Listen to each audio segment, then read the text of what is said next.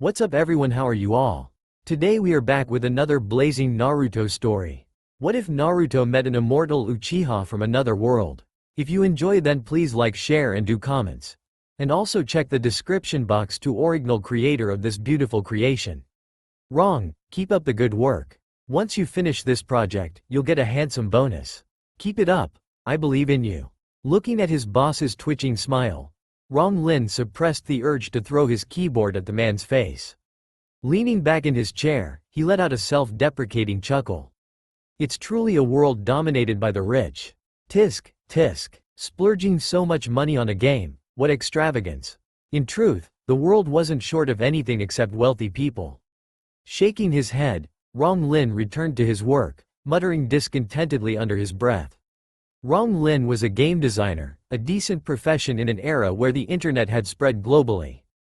At least, Rong Lin found satisfaction in it, except during overtime sessions like now.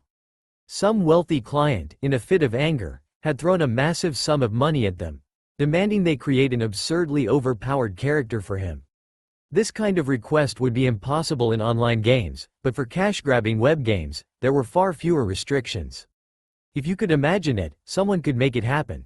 The most extreme Kekkei Genkai? Naruto has really been butchered in various games.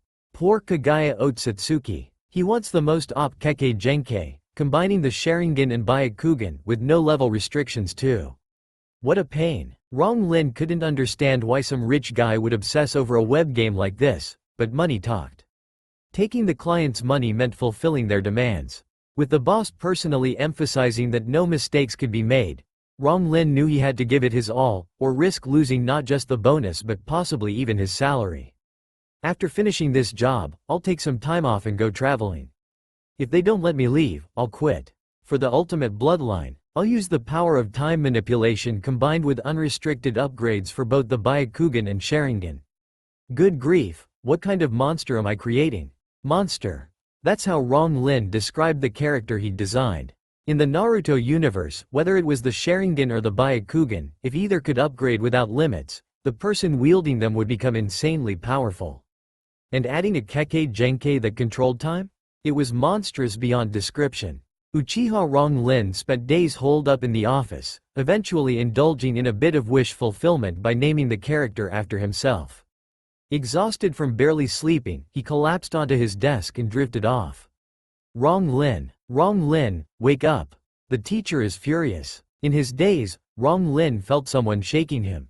Annoyed, he swatted the hand away. Quiet, I'm trying to sleep here. Don't disturb me. Oh, remember to bring me a KFC family bucket when you're out.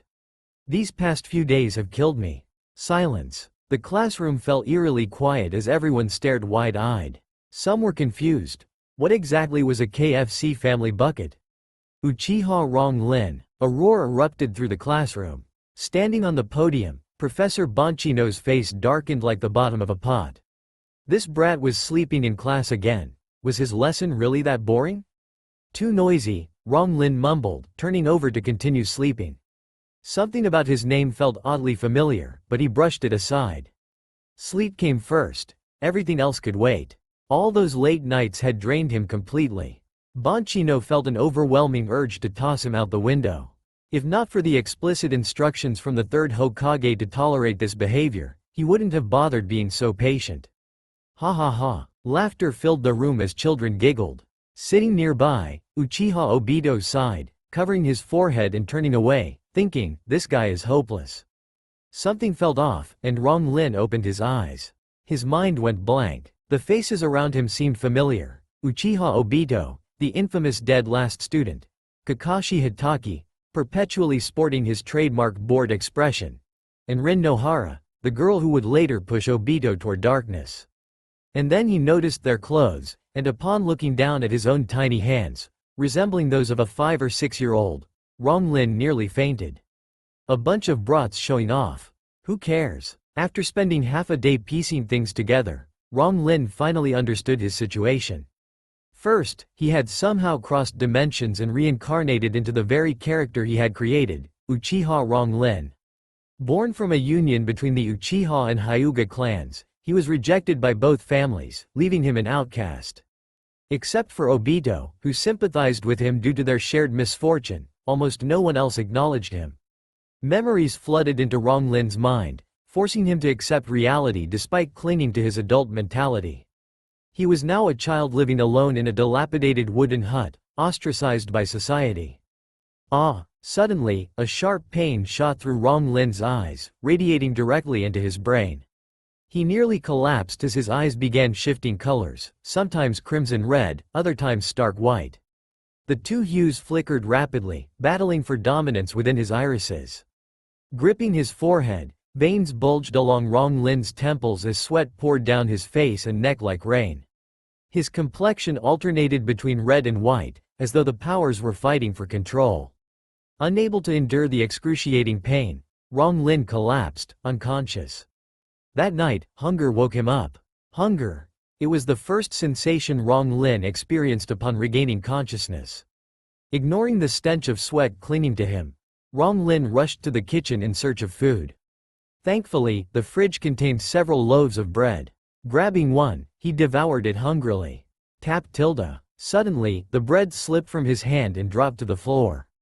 Rong Lin froze, staring at the mirror on the wall. His reflection left him utterly stunned. This is the Sharingan. In the mirror, a handsome little boy reached up hesitantly to touch his eyes. Ignoring his appearance, Rong Lin focused entirely on his eyes, a pair of double Tomo Sharingan. Am I dreaming? Closing his eyes, he shook his head and reopened them, only to freeze again. This time, instead of the Sharingan, a pair of Byakugan stared back at him.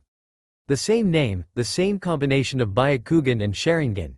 It was exactly as he had designed the character. Rong Lin's mind spun dizzily. And then it hit him, aside from the Byakugan and Sharingan, there was also that absurd Kekkei Genkei. Born with the ability to manipulate time and with no limits on upgrading the Sharingan and Byakugan. If all these abilities were concentrated in one person, they would become the monster he had described earlier. This realization sent a chill down Rong Lin's spine. Staring at his reflection in the mirror, Rong Lin focused his thoughts. The Byakugan vanished, replaced by a single Tomo Sharingan. Sure enough, he could switch between the two eyes at will. His excitement surged. He wasn't stuck with one eye being a Sharingan and the other a Byakugan. Just imagining that scenario was horrifying enough. But could he suppress one ability while simultaneously using both? Hunger forgotten, Rong Lin immediately began experimenting. It didn't take long for him to discover something astonishing. Not only could he switch between the Sharingan and Byakugan freely, but he could also maintain one active while retaining the latent abilities of the other. For example, when he activated the Sharingan but suppressed the Byakugan, the latter's abilities, such as near 360-degree vision and the power to see through objects, remained intact. Suddenly, Rong Lin noticed something extremely awkward. His neighbor seemed to be engaging in some late-night activities. Avert your eyes, he muttered guiltily to himself. Forgive me, I didn't mean to peek. After consoling himself, Rong Lin felt even more thrilled. But his excitement was short-lived. Soon, a sharp pain shot through his eyes, forcing him to stop. The Byakugan deactivated, leaving only the Sharingan active, and the pain subsided. It seemed that using both abilities simultaneously placed a heavy strain on his eyes. He'd need to be careful about this in the future. In the mirror, a faint smile crept onto Rong Lin's lips. So I really am a monster, but I like it. Though he hadn't yet sensed the so-called time manipulation bloodline, the existence of the Byakugan and Sharingan reassured him. It wasn't that he couldn't feel it, it was just that his strength wasn't sufficient yet. Rong Lin believed that as he grew stronger, mastering the bloodline ability was only a matter of time. Gurgle, gurgle. An unwelcome growl from his stomach reminded him of his hunger. Putting aside his excitement, Rong Lin picked up a loaf of bread and began devouring it hungrily. After eating his fill and resting for a bit, Rong Lin started practicing chakra control. Early the next morning, after a bout of self-deprecating thoughts, Rong Lin slung his small backpack over his shoulder, grabbed a loaf of bread for lunch, and left his dilapidated wooden hut, heading toward the Ninja Academy. If it were up to him, he wouldn't set foot in that place. He was nearly 30, forced to attend classes with a bunch of kids. It wasn't exactly a pleasant experience. Are you okay from yesterday? As soon as he entered the classroom, Obito approached him with genuine concern. Rong Lin's reaction the previous day had been strange, and since Obito sympathized with him due to their shared misfortunes, he couldn't help but ask. "I'm fine, just a bit tired," Rong Lin replied nonchalantly, shaking his head. "Rin." In the next moment, Obito's expression immediately changed. The reason was simple. The girl he liked had walked into the classroom. Rong Lin rolled his eyes inwardly, thinking this guy was beyond redemption. Still, the children of the Naruto world matured early. At just 5 or 6 years old, they already understood feelings of affection. Back in his previous life, kids that age were either running around behind their parents' backs or causing mischief everywhere. To be honest, Rin had her share of fans in the Naruto universe, but Rong Lin didn't think she was particularly beautiful, cute at best. Then again, beauty was subjective. Obito was completely smitten, though describing a child as such felt odd. Despite Rong Lin's bizarre behavior the day before, no one paid much attention to him anymore. After all, he was already an outcast at school. The classroom quickly descended into chaos. It was futile to expect a group of children to remain quiet. However, there were exceptions. Rong Lin, with his adult mindset, couldn't bring himself to join in the playful antics, and Kakashi Hitaki sat stoically in his seat, arms crossed, watching the others with an indifferent gaze. Surprisingly, quite a few girls found Kakashi's aloof demeanor attractive, including Obito's crush, Ren.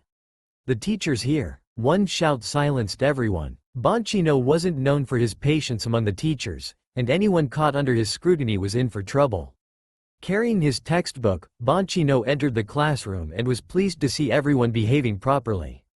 At least he still commanded respect among the children. Subconsciously, his gaze fell on Rong Lin, who appeared relieved along with the others. As long as he wasn't sleeping, Banchino decided to let him be. Muttering to himself, Banchino stepped up to the podium, opened his textbook, and announced loudly, "Class, today we'll learn." Though the lessons at the Ninja Academy covered basic material, Rong Lin listened intently. At this point, he was like a blank slate, eagerly absorbing knowledge to fill the gaps in his understanding.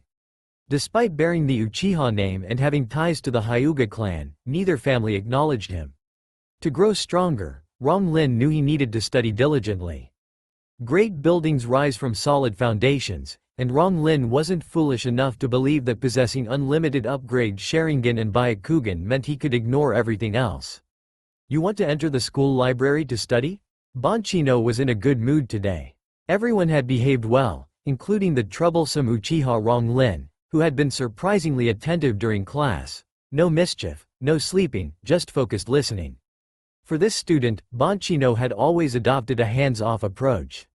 If not for the third Hokage's specific instructions, he might not have accepted Rong Lin at all. After class, as Banchino prepared to return to the faculty office, he was surprised to see Rong Lin approach him with a changed attitude. "Yes, Teacher Banchino, I apologize for my past behavior." No need," Banchino stammered, feeling unexpectedly flattered. How had this child changed so drastically overnight? When someone becomes accustomed to another person's behavior, any sudden and drastic change in that person can come as a shock, and even feel unsettling. This was precisely how Banchino felt at the moment. There was no other reason for it. Rong Lin's transformation had been too extreme. From a mischievous troublemaker to a well-behaved child overnight, such a shift would leave anyone feeling uneasy. Banchino waved his hand dismissively, sizing Rong Lin up and down. Rong Lin met his gaze calmly. "Not bad." After a brief pause, Banchino broke into a gentle smile and patted Rong Lin on the shoulder. "I'm glad to see you've made this change. Though I must admit, it feels strange." Haha. Scratching his head, Banchino realized his words carried an unintended tinge of bias and quickly corrected himself. Smiling warmly, he added, "Go ahead. I'll inform the librarian about your request. If you encounter any difficulties, feel free to let me know." Pausing again, Banchino couldn't help but reflect. Rong Lin was his student, and he knew everything about him: his father from the Uchiha clan, his mother from the Hyuga clan. It was rare for members of these two families to form a bond, given their strained relationship. Unfortunately, this union had led to both families ostracizing Rong Lin, leaving him to live among ordinary villagers. And now, Looking at Rong Lin's earnest expression, Bonchino couldn't help but feel a pang of sympathy. With Bonchino's approval secured, Rong Lin exhaled in relief, a grateful smile spreading across his young face. "Thank you, sensei. I won't disappoint you." Go ahead." Bonchino nodded with a smile, deeply moved by the sudden maturity Rong Lin displayed. Perhaps this little guy had finally woken up to reality? How else could one explain such a dramatic transformation? Without the support of a clan, all Rong Lin could rely on was the academy to fill the gaps in his knowledge. As for advanced ninjutsu, that remained out of reach for now. Though still just a child, Rong Lin's chakra reserves were formidable. After all, he had been designed as a monster, not someone like Kakashi, whose chakra reserves were notoriously meager. Having gained Bonchino's permission, Rong Lin's mood brightened as he returned to the classroom, contemplating how to achieve his goals. Oof, looks like someone got scolded by the teacher. No sooner had Rong Lin stepped into the classroom than a mocking laugh rang out, drawing his attention. Spotting Sarutobi Asuma's smug grin and the nearby Hyuga Terran, Rong Lin immediately understood what had happened. The Hyuga and Sarutobi clans had always maintained close ties, with the third Hokage acting as a bridge between them. While Rong Lin wasn't directly targeted by either family due to his age, private gossip behind his back was inevitable. What's it to you? Among the younger generation, fights or arguments rarely drew intervention from parents or clans unless they crossed certain boundaries. In fact, minor conflicts were often encouraged as a way to foster growth. Thus, even though Asuma's father was the third Hokage, Rong Lin didn't give him an ounce of respect. As for physical confrontations, if he couldn't handle a few kids, he might as well go bash his head against a block of tofu. The entire classroom fell silent. No one expected Rong Lin to retaliate so bluntly, showing zero regard for Asuma's status. Even Kakashi, who usually remained indifferent to everything, couldn't help but glance over curiously. Asuma hadn't anticipated such a sharp retort and was momentarily left speechless. Brain-dead moron. With that cutting remark, Rong Lin strode to his seat, replaying the content Bonchino had taught earlier. Bastard. Regaining his composure, Asuma's face turned beet red as he shouted furiously, "Bastard, what did you say?" "He said you're brain dead." The classroom remained eerily quiet, save for that single sentence, which echoed loudly. What shocked everyone even more was who had spoken. Kakashi. Wasn't this guy supposed to be indifferent to everyone? Rong Lin shot Kakashi a surprised glance, not expecting him to throw shade at Asuma like that. Perhaps Kakashi found Asuma irritating enough to warrant a jab, or maybe, despite his stoic nature, he was still just a kid deep down. Snickered Tilda. If Rong Lin had called Asuma brain dead, people might have simply been surprised. But when Kakashi said it, laughter erupted uncontrollably throughout the room. Obito laughed the hardest, given his own strained relationship with Asuma. The Sarutobi and Hyuga clans were allies, while the Hyuga and Uchiha clans were rivals. For Asuma and Obito to get along would defy logic. "You dead last loser, who do you think you are to mock me? Stupid Uchiha brat. Bastard." Obito instantly flared up, but Rong Lin watched the scene unfold with an amused smirk. He hadn't expected the conflict to escalate and involve Kakashi and Obito as well. Seeing Obito and Asuma nearly come to blows made Rong Lin want to burst out laughing. After exchanging heated words with Obito, Asuma glared daggers at Rong Lin twice before reluctantly backing off. He planned to settle the score after school, knowing full well that fighting within the academy grounds was strictly forbidden. Would Rong Lin be intimidated by Asuma's threats? Of course not. If he couldn't handle someone like Asuma, he might as well give up entirely. Honestly, the only person who gave Rong Lin pause was Kakashi. Despite his perpetually emotionless demeanor, Kakashi's taijutsu skills were exceptional, a stark contrast to Rong Lin, who had yet to learn anything substantial. He needed to find a way to acquire some skills. Ignoring Asuma's intimidation, Rong Lin scratched his head, realizing that Kakashi's presence had lit a fire under him. Unfortunately, Kakashi had the backing of the Hitaki clan and a shadow-level ninja as a father figure, while Rong Lin could only rely on himself. Hee, kid, you're dead meat. Never underestimate the vindictiveness of children. Just as school let out, Asuma and Hyuga Terran cornered Rong Lin in a secluded alleyway. "I'm curious. How exactly do you plan to make me dead?" A playful smirk spread across Rong Lin's face. He never considered himself a saint, and fighting? Wasn't that something every boy experienced at some point? In his previous life, Rong Lin had been no stranger to fights. He even boasted a glorious record of taking on 5 opponents at once, though he'd won thanks to the fighting artifact, known as a brick. A win was a win, and defeating 5 people single-handedly had earned him a reputation as a troublemaker in the eyes of teachers. Whether it was self-defense or not, whether he was outnumbered or not, fighting always left a bad impression. If it were Kakashi, Rong Lin might have hesitated slightly. But Sarutobi Asuma and Hyuga Terran? Did they really deserve his respect? Hee, you'll find out soon enough, Asuma sneered, cracking his knuckles as he slowly advanced into the alley, already imagining Rong Lin's cries of agony. Terran, arms crossed, stood off to the side with an air of disdain. As a member of the Hyuga clan, he looked down on Rong Lin. That didn't mean he'd stoop so low as to join Asuma in ganging up on him, though. Bound by strict family rules and proud of their unique bloodline limit, members of both the Hyuga and Uchiha clans carried themselves with arrogance. Thus, Terran simply watched with cold indifference. HMPH, do you really think I'm afraid of someone with a brain problem like you? Rong Lin snorted, his eyes darting around before his expression suddenly shifted to one of shock, reverence, and panic. Hokage-sama, what are you doing here? He bowed his head slightly, though a mischievous smile played on his face beneath the pretense. Asuma and Terran were momentarily startled. They hadn't expected the 3rd Hokage to pass by at this moment. While Terran remained relatively calm, Asuma's heart nearly leapt out of his throat. "You 2 idiots." Rong Lin smirked, his small fist already flying toward Asuma's face. The two had been standing close to begin with, and Rong Lin's act had successfully tricked them into thinking the 3rd Hokage was nearby. As they tensed up and turned to look, Rong Lin struck without hesitation. Strike first, suffer later. Rong Lin wasn't about to wait for Asuma to make the first move, even though he wasn't afraid of him.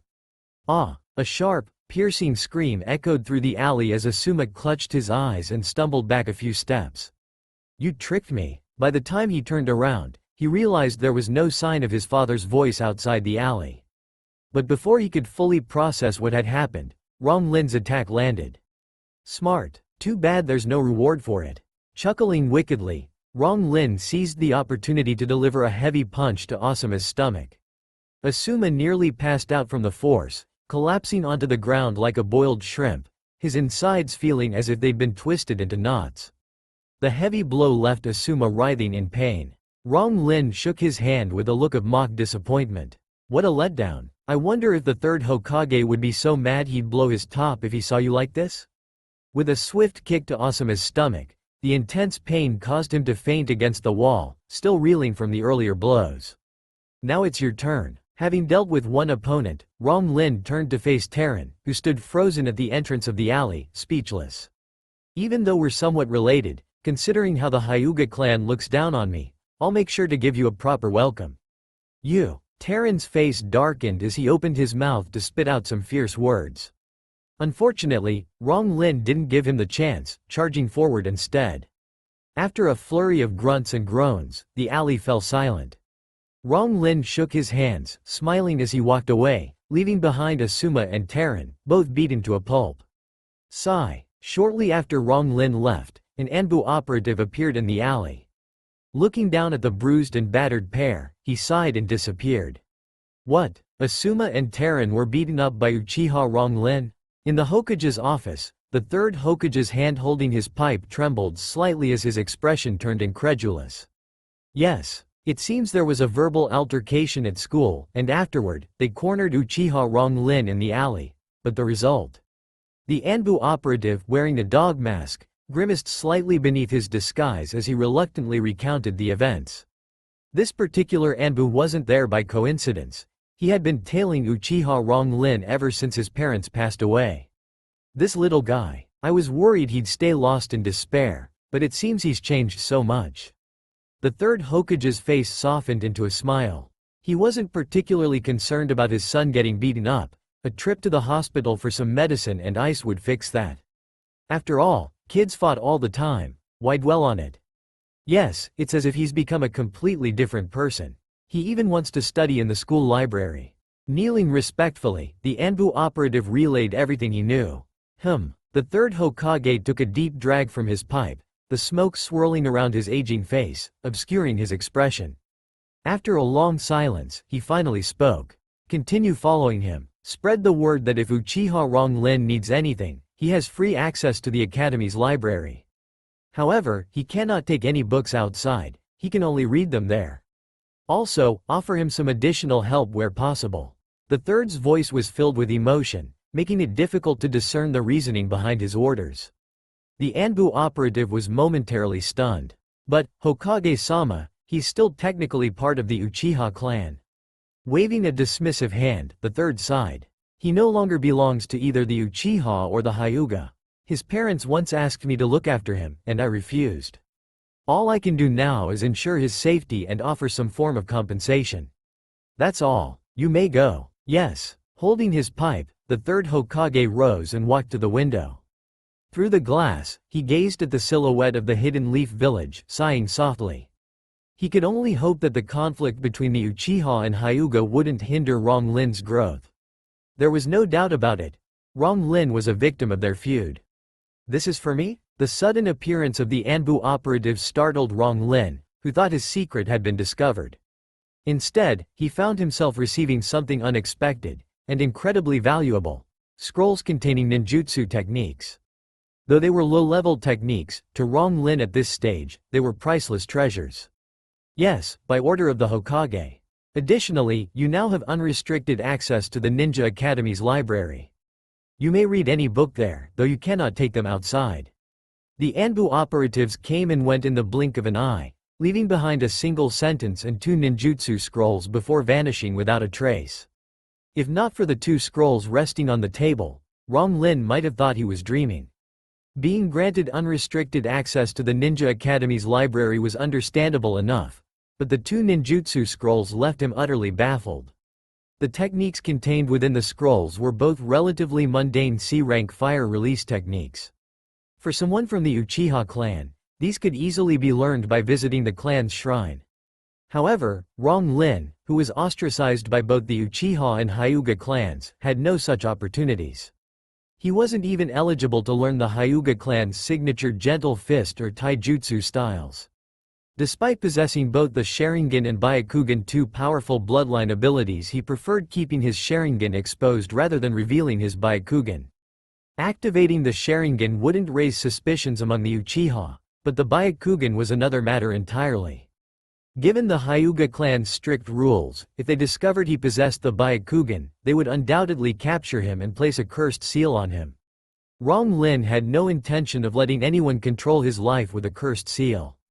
Thankfully, as long as he didn't deliberately reveal it, the Byakugan could remain hidden while still allowing him to use its abilities alongside the Sharingan. The Sharingan served as a perfect cover, drawing attention away from the Byakugan. In fact, showcasing the Sharingan might even earn him some resources or opportunities to grow stronger. Picking up the scrolls, Rong Lin felt deeply perplexed. No matter how hard he racked his brain, he couldn't fathom why the third Hokage would send him these 2 seemingly ordinary scrolls. After pondering for a while and finding no answers, he decided to let it go. Whatever the reason, the scrolls were now his, and given their rarity in his current situation, he resolved to make good use of them. Still, today's events had left a deep impression on him, and he vowed to investigate further when the time was right. Originally planning to train after dinner, Rong Lin abandoned that idea and instead devoted himself to studying the 2 techniques. This decision led to him being groggy and yawning non-stop the next day at school. Though C-rank techniques were relatively simple to grasp, mastering them to the point of practical application was far more challenging. Overusing chakra left him feeling drained, serving as a stark reminder not to push himself too hard in the future. A skyscraper can't rise from flat ground without a solid foundation. Hey, did you hear? Kakashi has already applied to graduate early from the academy. If he passes the test, he'll become a genin. He's amazing. Yeah, and he's only 5 years old. As soon as Rong Lin entered the classroom, He overheard chatter about Kakashi's application for early graduation. Such news couldn't be concealed, nor would Kakashi bother hiding it given his personality. Was this unfolding just like the original storyline? Glancing at Kakashi, who stood aloof with his arms crossed, Rong Lin wasn't surprised. Taking his seat, he began mulling over certain thoughts. HMPH, what's so great about him? No sooner had Rong Lin sat down than Obito's sarcastic remark reached his ears. The animosity between Obito and Kakashi stemmed largely from Kakashi's dismissive attitude toward dead last students and the constant attention Rin lavished on Kakashi. Early graduation sounded impressive. Sure, it marked someone as a prodigy, but would everything go smoothly for Kakashi? Graduating early meant he wouldn't be assigned to a balanced team for proper training. Instead, he'd find himself stuck in an awkward position, neither here nor there. That was precisely why, in the original timeline, Kakashi hadn't been paired with Obito and Rin until after they graduated. By then, Kakashi was already a Chunin, while Obito and Rin were fresh-gen in a glaring disparity in skill levels. Their uneven team dynamic was fraught with issues. Aren't you bothered by it? Seeing Rong Lin's indifferent expression, Obito leaned closer in surprise. Why should I care? Rong Lin glanced up at him indifferently. Are you jealous? Jealous? Of course not. Obito's face flushed red, and his voice rose several decibels, drawing stares from everyone around. Talk about giving yourself away, the fidgety eyes and tomato-red face screamed guilt. Shaking his head, Rong Lin chose not to respond further. The teacher's here. A shout silenced the entire room. Even Kakashi, who had maintained his usual stoic demeanor, visibly relaxed slightly. Clearly, despite his outward calm, he was still just a child who felt nervous under scrutiny. Good morning, everyone. Teacher Bonchino walked in holding a textbook, smiling warmly as he greeted the class. Scanning the room, he paused curiously. Does anyone know why Sarutobi Asuma and Hyuga Terran aren't in school today? Seeing the empty seats of Asuma and Terran, the teacher asked the question aloud. No idea, the children replied, shrugging and shaking their heads. Meanwhile, the only one privy to the truth, Rong Lin, kept his gaze fixed ahead, feigning ignorance. Well then, let's begin class. Opening the textbook, Bonchino resumed yesterday's lesson. Below, the students whispered amongst themselves, speculating wildly about why Asuma and Terran hadn't shown up. Meanwhile, those two idiots probably realized coming to school would be embarrassing, so they stayed home to nurse their wounds. At least they had the self-awareness to do that. Unnoticed by anyone, a faint smirk tugged at the corner of Rong Lin's lips. Rong Lin, we don't have class this afternoon. Let's grab some dango together. Rin will come too. After lunch, Obito eagerly extended an invitation to Rong Lin once classes ended. Glancing at Rin's cheerful smile and Kakashi's deadpan glare, Rong Lin shook his head. Sorry, you guys go ahead. I need to visit the library to look up some materials. That's too bad. Obito looked disappointed. Inviting Rong Lin was partly to ease the tension in their group. Without him, hanging out with just Rin and Kakashi would likely result in an awkward atmosphere, with all of Rin's attention inevitably focused on Kakashi. But with Rong Lin declining, Obito could only resign himself to enduring yet another uncomfortable outing. What a transparent little scheme you think dragging me along for your clumsy attempts at romance is going to work. Only a fool would fall for that. Declining Obito's invitation, Rong Lin slung his bag over his shoulder and headed toward the library, leaving the teaching building behind. The morning sun bathed the village of Konoha in a warm golden glow, its rays filtering through the trees and casting long shadows across the training grounds. The air was crisp, carrying the faint scent of dew-kissed grass, as Rong Lin stepped into the clearing. Aside from physical training to enhance his strength, Rong Lin also sought knowledge from books to fill the gaps in his understanding. Many things weren't covered in class, leaving him no choice but to take matters into his own hands.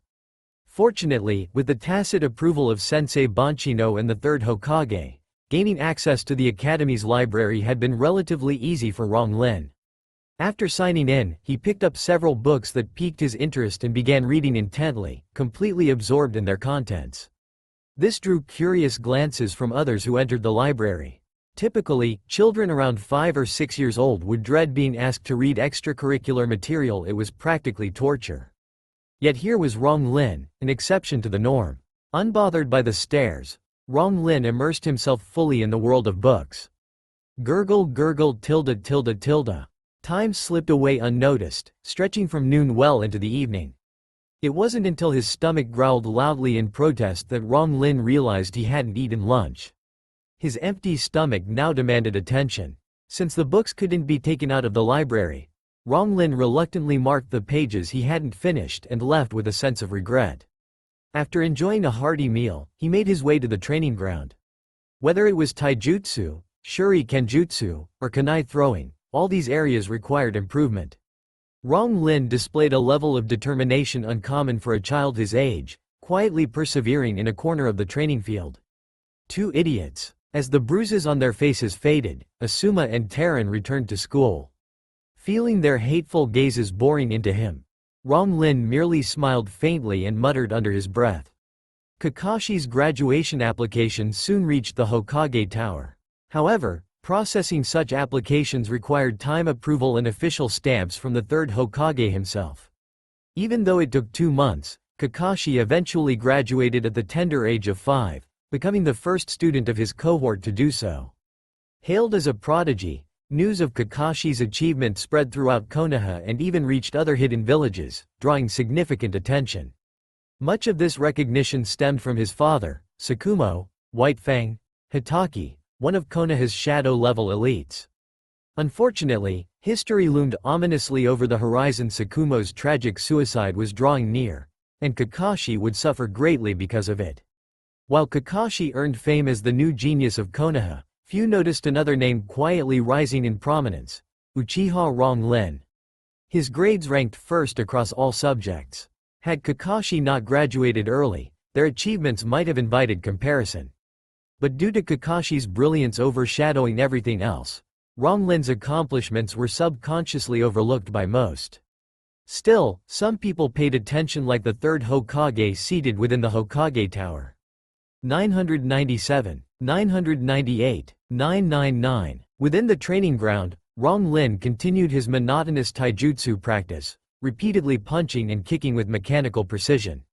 The reinforced ironwood post groaned under the relentless assault, its surface warped from the strain. 1000. Shaking off the sweat dripping from his forehead, Rong Lin casually brushed aside his damp hair. Dropping into a split, he pressed his small hands against his leg muscles, allowing them to relax and recover.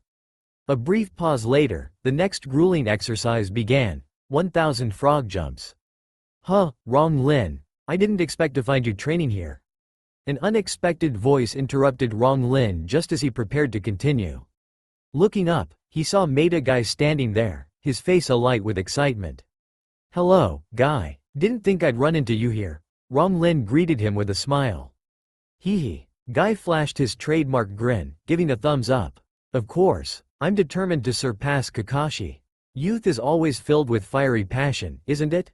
Rong Lin blinked, then sighed inwardly.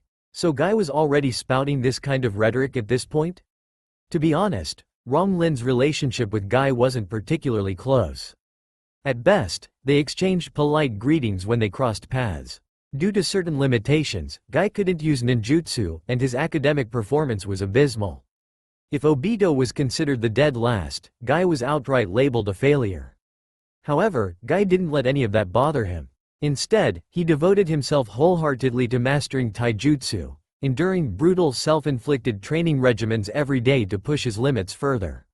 Though Rong Lin sometimes thought Guy's methods bordered on masochism, he couldn't help but admire the boy's perseverance and relentless pursuit of improvement. Rong Lin, let's spar.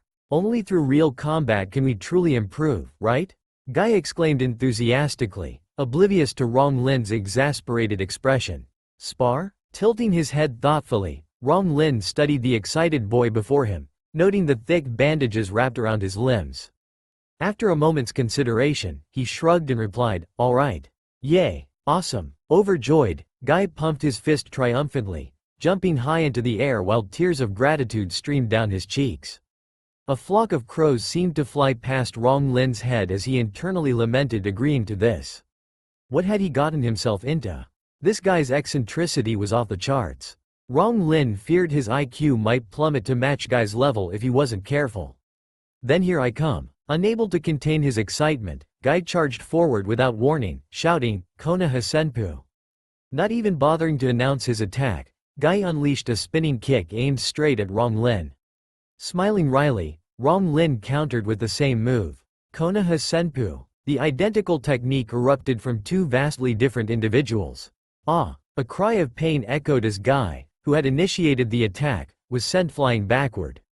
He landed hard on the ground, coughing and sputtering as he stared at Rong Lin in disbelief. This. How is this possible? Your technique is sloppy, Rong Lin remarked nonchalantly, shrugging. Impossible. I just wasn't ready earlier. Let's go again. I won't lose. Guy scrambled back to his feet, determination blazing in his eyes. Cough cough, ow, ow. 5 seconds later, Guy sat cradling his face, howling in pain. Speed, power, reaction time, endurance. You lack proficiency in every area, Guy. Shaking his head, Rong Lin pointed out the numerous flaws in Guy's form. Every part of his technique screamed amateurishness. Guy stood frozen in place, unable to believe that he, who had trained so hard, was defeated by Rinsu in a single move. This was a significant blow to Guy. After Rinsu pointed out his shortcomings, Guy's surging passion immediately vanished, and he sat on the ground, unresponsive.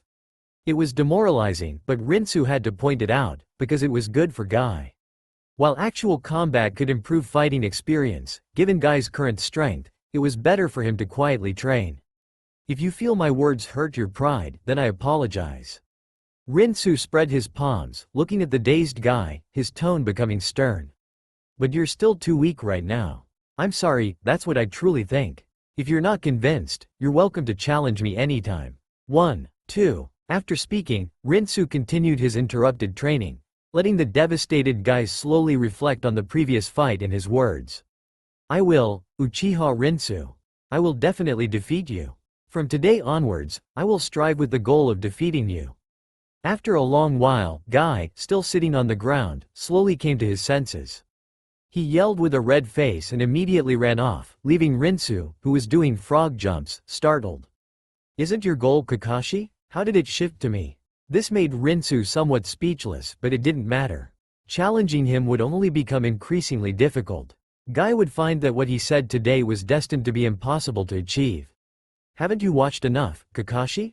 After Guy left the training ground, Rinsu didn't stop training, but during his jumps, he casually asked, as if talking to thin air. As time went on, Rinsu's strength gradually increased, and his control over the Sharingan and Byakugan also strengthened. His sensory abilities improved, making it easy for him to spot Kakashi hiding nearby. Rinsu had noticed Kakashi from the moment Guy began to challenge him. Your strength is formidable. Hiding in the shadows, peeking, and then being discovered, Kakashi felt a little embarrassed. He walked out from behind a large tree not far away, a subtle blush on the half of his face that wasn't covered. After graduating from the academy, Kakashi, under the title of a genius, began to perform missions. He quickly found that things were far from as simple as he imagined. Since he didn't have a fixed team, he could only join temporary squads to do missions. However, a genius from the academy joining a squad midway turned into a burden. It seemed everyone disliked him, but due to certain reasons, they didn't express it directly. Still, hidden sarcastic remarks were unavoidable. Anyone joining midway usually encountered such things. Newcomers being mocked by veterans was commonplace. In this particular mission, an unpleasant incident occurred with his teammates. After submitting the mission report, Kakashi came to the training ground, but he didn't expect to see Guy inviting Rinsu for a spar.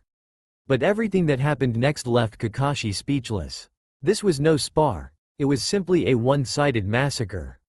Thanks for the compliment. Rinsu smiled faintly, clearly not taking it to heart. Kakashi raised an eyebrow, naturally seeing that Rinsu didn't care about it. If it were anyone else receiving Kakashi's praise, they might be very happy, but Rinsu wasn't. Kakashi was a genius, true, but was he any worse? Clearly not. There were some things Rinsu wouldn't contend for because it was meaningless, but that didn't mean Rinsu didn't care. Then, stop your boring training. How about we spar? Kakashi, a man of few words, raised an eyebrow, a kunai flashing into his hand, and challenged Rinsu. Oh? Stopping his frog jump training, Rinsu was surprised. The great genius Kakashi would actually challenge him? If his classmates at the academy knew, their jaws would probably drop. Standing up and stretching his limbs, Rinsu grinned. Although it will interrupt my training and take some time, this suggestion seems good. Again, while he wouldn't actively seek it, it didn't mean Rinsu didn't care. Alright, let's begin. Kakashi gripped the kunai in his hand, not underestimating Rinsu in the slightest, and adopted a serious fighting stance. Today seemed to be getting more and more interesting. Rinsu smiled and nodded. Okay, let's start. A kunai also appeared in Rinsu's hand. However, what displeased Kakashi was that Rinsu's gaze seemed to carry a hint of mockery. Yes, mockery. Kakashi was sure he hadn't misjudged. This made Kakashi, who was used to being praised and noticed everywhere he went, unable to stand it. So, after the two kunai dropped at the start, the battle erupted. Clang. Graduating with the title of genius, Kakashi's strength was very strong compared to his peers. However, Rinsu was even more abnormal. The two short figures collided, and the kunai clashed with a crisp sound. Rinsu did not use his Sharingan or Byakugan. A tremendous force was transmitted through the kunai to both their arms. Kakashi's eyes, which were usually difficult to open wide, were now fully dilated. He couldn't believe that Rinsu's speed and strength were even greater than his own. He had launched the first attack, but Rinsu had moved later and arrived first, covering a greater distance than himself. This was enough to show that Rinsu's speed was faster than his. Besides speed, the power transmitted through the kunai almost made Kakashi's kunai slip from his hand. It's not good to get distracted during a fight. Noticing the shock in Kakashi's eyes, Rinsu smiled and teased, his right hand's kunai flashing like lightning and sweeping past his left hand. Kakashi was instantly startled, realizing his carelessness. He had actually been distracted during battle. Using the lingering recoil, he quickly retreated. A flash of light passed by. Rinsu stood still with his kunai, not pursuing. Kakashi's face was grim. That last move, if he hadn't reacted fast enough, would have been big trouble. Even so, Kakashi's clothes were cleanly sliced from his shoulder to his waist by the kunai. Fast, fierce, accurate. In just an instant, Kakashi witnessed Rinsu's formidable strength. If, hypothetically, my kunai had gone 2 centimeters further, what would have happened? Rinsu's kunai quickly spun in his hand, carving out several blade flowers. Kakashi's face was dark, he didn't answer. The answer was obvious. 2 more centimeters, and he would have a fatal wound. One strike and the difference was clear. For Rinsu, Kakashi was still too green. Even with a powerful father's guidance, he still had many weaknesses. The faint rustling of leaves filled the air as twilight descended upon the training grounds. Shadows lengthened, and the cool breeze carried with it the scent of damp earth and freshly cut grass. The atmosphere was calm but charged with tension, remnants of the earlier spar between Rong and Kakashi lingering in the air. Every year, numerous prodigies emerged from the various ninja villages, but how many truly lived up to their reputations and reached greatness?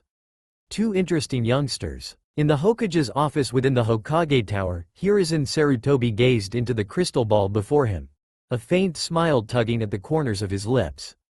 Rong had long anticipated that the 3rd Hokage might spy on him through the crystal ball. As long as his deepest secrets remained undiscovered, he didn't mind being observed. In fact, he almost welcomed it. If anything, he hoped the Hokage would take notice of his potential and provide him with more resources. Without a clan to rely on, Rong had to carve his own path forward. What better option was there than earning the Hokage's favor when one lacked familial support? Are you surprised by my speed and strength? Kakashi remained silent, his face darkening further, but Rong could easily guess what was going through his mind. Hearing is believing, seeing is truth. It seems even after graduating, there's still much for you to learn, Kakashi. Rong words struck like a sharp nail piercing Kakashi's pride. His breathing grew heavier, and his grip on the kunai tightened to the point where his knuckles turned white. Without uttering another word, Kakashi resumed his usual taciturn demeanor. Clutching the kunai tightly, he launched another attack. Midway through his charge, several shuriken flew out from his left hand. With ease, Rong raised his kunai and deflected them all, the metallic clangs ringing in their ears. But while Rong Lin was occupied with deflecting the projectiles, Kakashi's speed surged unexpectedly. The kunai pierced Rong Lin's body, but instead of blood, a puff of smoke erupted, revealing nothing more than a log. Substitution technique. Kakashi's pupils dilated in shock. Whirlwind lightning kick. From behind, Rong Lin's leg arced in a wide half circle, landing squarely on Kakashi, or so it seemed. However, Rong Lin wasn't celebrating just yet, because once again, his kick connected only with a wooden log. Victory gleamed momentarily in Kakashi's eyes. Whirlwind bind. But Kakashi was about to be sorely disappointed. Had Rong Lin fallen for such an obvious trap without any follow-up precautions, it would have been a waste of his nearly 30-year-old adult intellect. While Rong Lin himself could use the substitution technique, Kakashi, having graduated with top marks, was equally adept at employing basic ninjutsu. After all, what kind of genius wouldn't master something so fundamental? What Kakashi hadn't anticipated, however, was that Rong Lin's descending foot twisted at an exaggerated angle, locking onto his arm. Using the momentum, Rong Lin's body followed through seamlessly. Bang! With his arm trapped, Kakashi's body was forced downward by the sheer force of Rong Lin's overhead strike. Swiftly disarming him, Rong Lin looked down at the reluctant boy and sighed. "It's unfortunate, but you've lost. Here, this is yours." Releasing Kakashi, Rong Lin tossed the kunai onto the ground and stretched his limbs, emitting a series of popping sounds from his joints. Muttering under his breath, he said, "Even though my bones are flexible, making moves like that still feels uncomfortable." Without the backing of a clan or village, Rong Lin had largely relied on self-exploration to hone his taijutsu skills.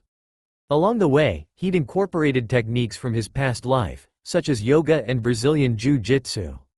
This allowed his arms and legs to twist at unnatural angles, giving him complete control over Kakashi during their exchange.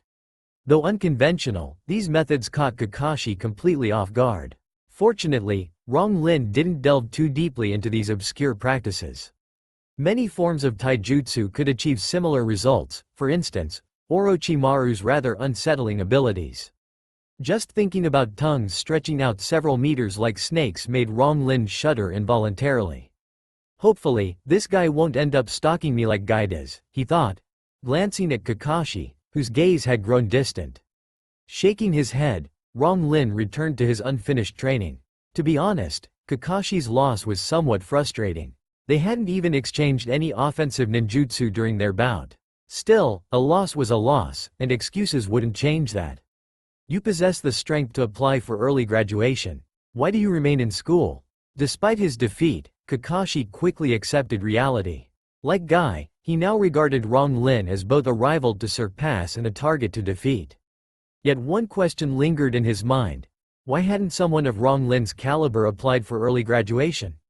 Uninterrupted by the conversation, Rong Lin continued his frog jumps. He shot Kakashi a look that screamed, "You're an idiot. Why should I apply for early graduation? Think about it. You have the entire Hitaki clan and the legendary White Fang supporting you, yet you still face hostility everywhere. What chance does someone like me, who has no backing whatsoever, stand? Would applying for early graduation mean anything for me? Even if I were to graduate early, it wouldn't be now." Joining midterm teams only to endure scornful glares wasn't part of Rong Lin's plan.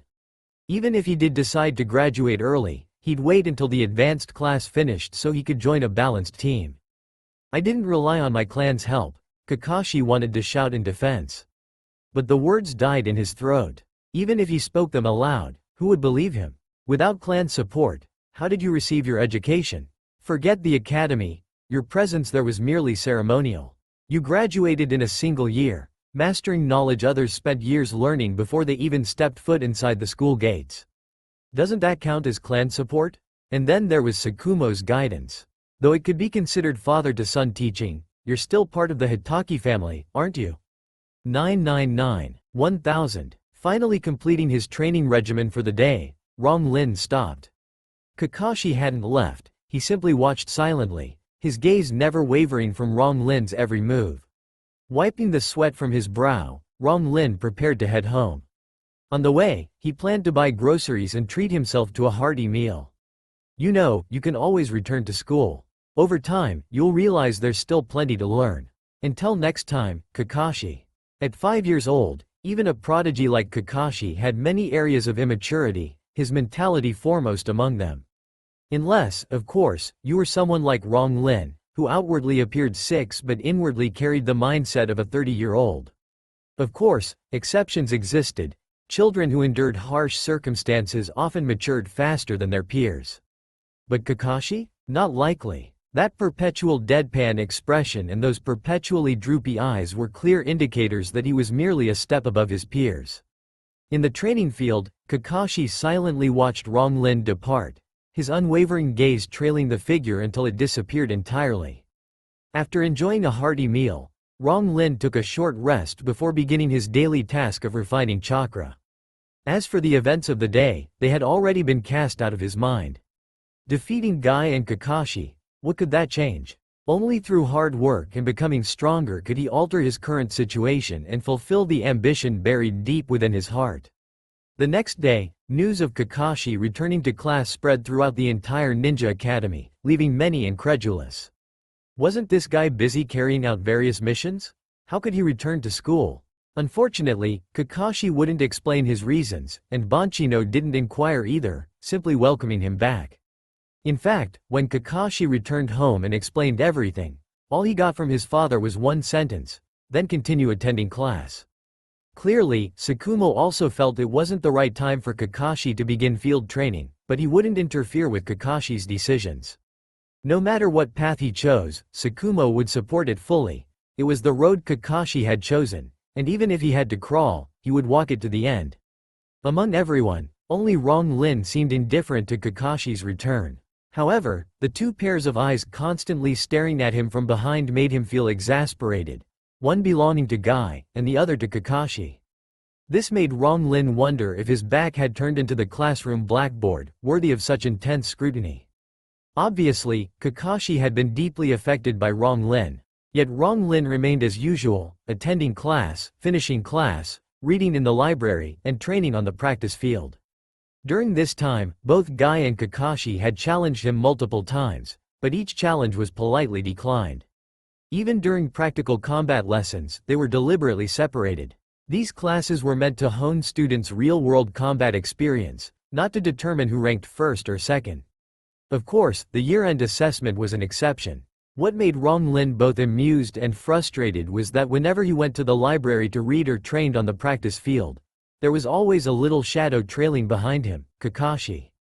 Guy, being self-aware of his lack of strength, continued to train diligently after his challenges were rejected. On the other hand, Kakashi believed that if he unleashed his full potential, he might not lose to Rong Lin. What he didn't know was that if Rong Lin were to unleash his full power, Kakashi would be defeated even faster. And so, time slipped by unnoticed. In the blink of an eye, Rong Lin turned 7. Over the course of nearly a year, Kakashi and Guy's resentment grew exponentially, as their repeated challenges were continuously rejected by Rong Lin for various reasons. What? You're applying for early graduation to join the advanced class? Eyes glued to the approaching year-end, Kakashi had successfully passed the Chunin exam and become a Chunin. He eagerly anticipated a showdown with Rong Lin, only to find out that Rong Lin had applied for early graduation at this very moment. During the year-end assessment, all students would fight one-on-one until the final match. Even though Kakashi was already a Chunin, he could still participate in the assessment. Thus, avoiding a confrontation with Rong Lin would have been impossible. Even if Banchino tried to separate them beforehand, they would inevitably face off in the end. With this in mind, Kakashi had prepared extensively, only to be met with the shocking news that Rong Lin had applied for early graduation to join the advanced class. How could Kakashi accept this? Of course, Rong Lin smirked faintly at Kakashi's stunned expression, replying matter-of-factly, "This way, I can be grouped with the advanced class and assigned to a team led by a teacher for missions. Otherwise, I'd be stuck in the same miserable situation as you, forced to join someone else's team. I don't want to deal with dirty looks." But, Kakashi immediately became flustered. Wouldn't that mean he had waited an entire year for nothing? But this way, you'll miss the year-end assessment, and your credits will suffer significantly. Kakashi even brought up credits. no longer resembling the cold and aloof boy he usually was.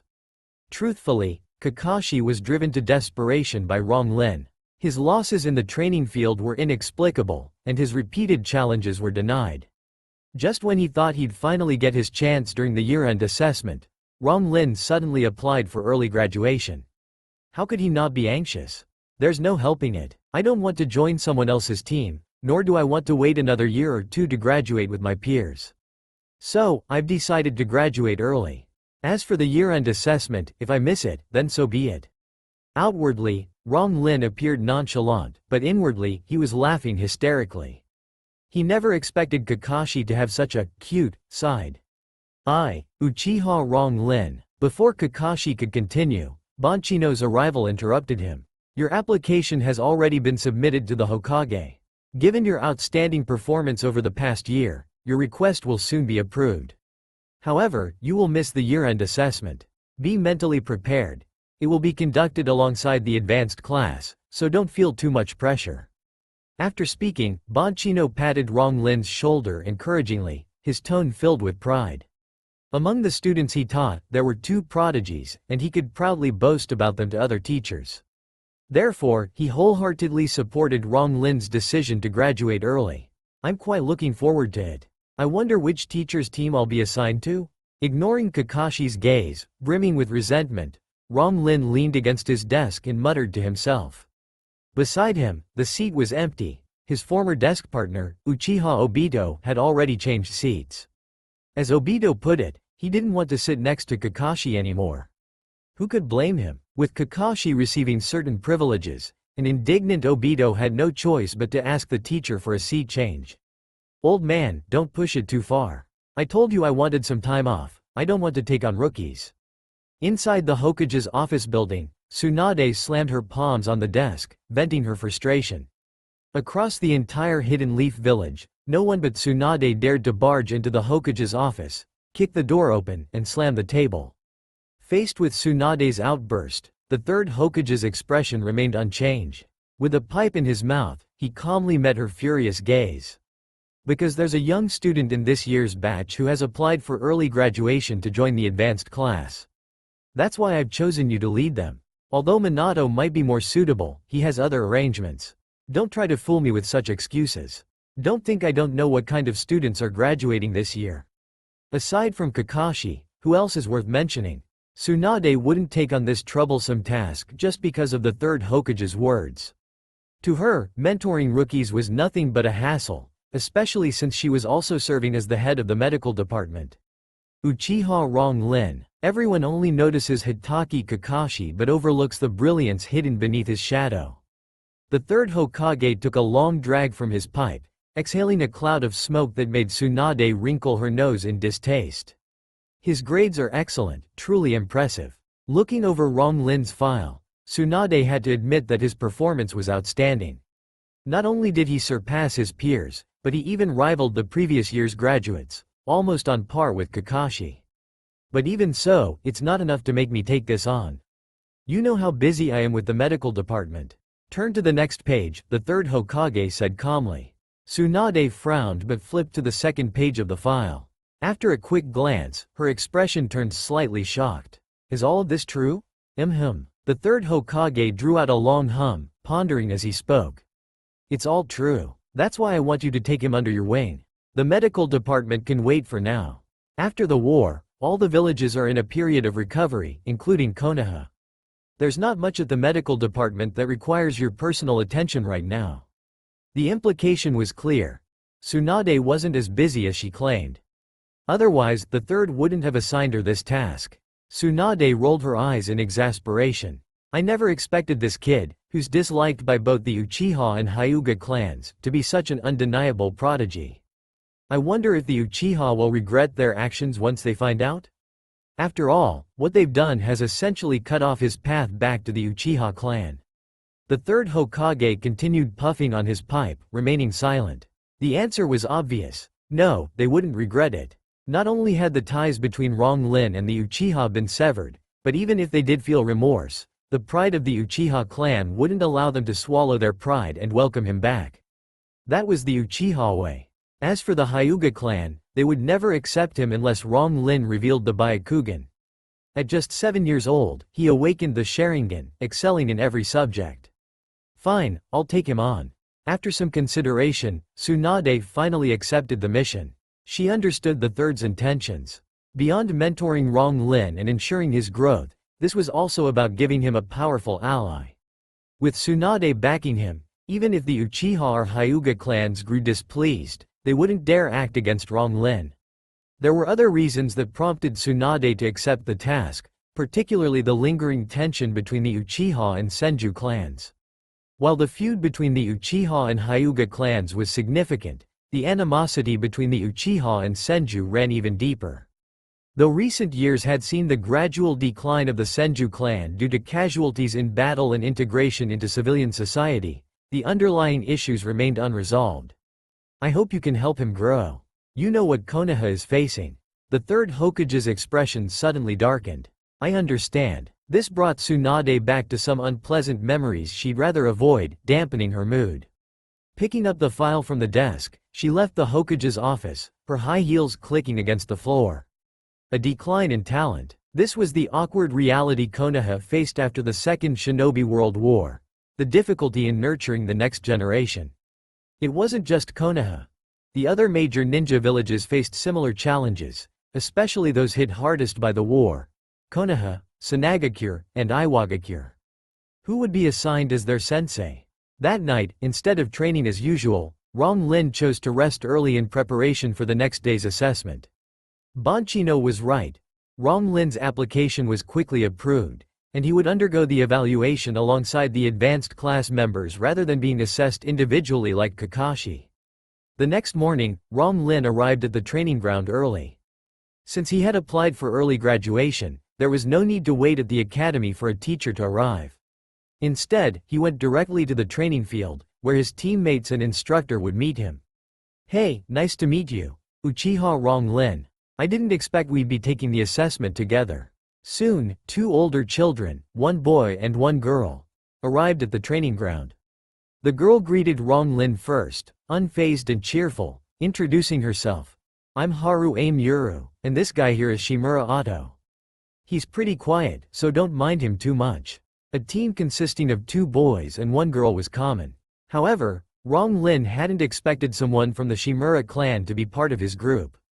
Mentioning the Shimura clan inevitably brought up thoughts of Danzo, the shadowy figure willing to do anything to achieve his goals. Though Danzo was extreme in his methods, Shimura Otto showed none of the arrogance typical of prominent clan heirs. As Yuru described, he was indeed reserved, offering only a nod as a greeting. "That's just how he is, you'll get used to it." Beneath that icy exterior, he's actually quite the stifling type. Unlike the taciturn Otto, Yuru was outgoing and bubbly, waving her hand dismissively as she teased him about his quirks. Otto's lips twitched noticeably, but he didn't retort. Something was clearly going on between these two.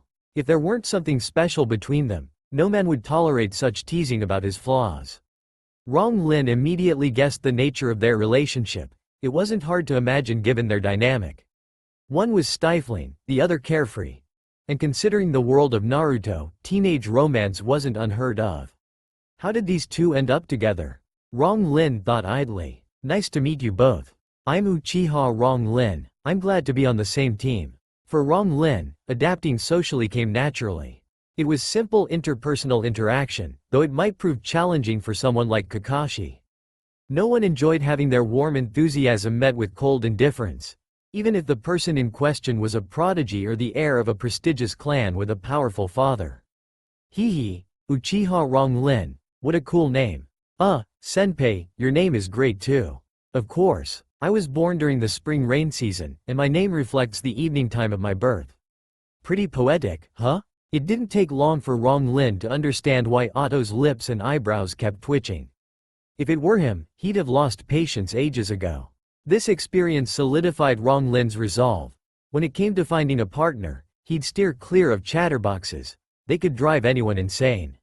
Fortunately, though Otto couldn't stop Yuru entirely, he at least retained some semblance of dignity. Clearing his throat, he managed to silence her. "Looks like you're getting along well." Tsunade's loud voice rang out from afar. Hokage-sama. Both Otto and Yuru were stunned, never expecting their sensei to be none other than one of the legendary Sannin, Tsunade. Even Rong Lin was taken aback. Of all people, it had to be Tsunade, the notorious powerhouse with a temper to match.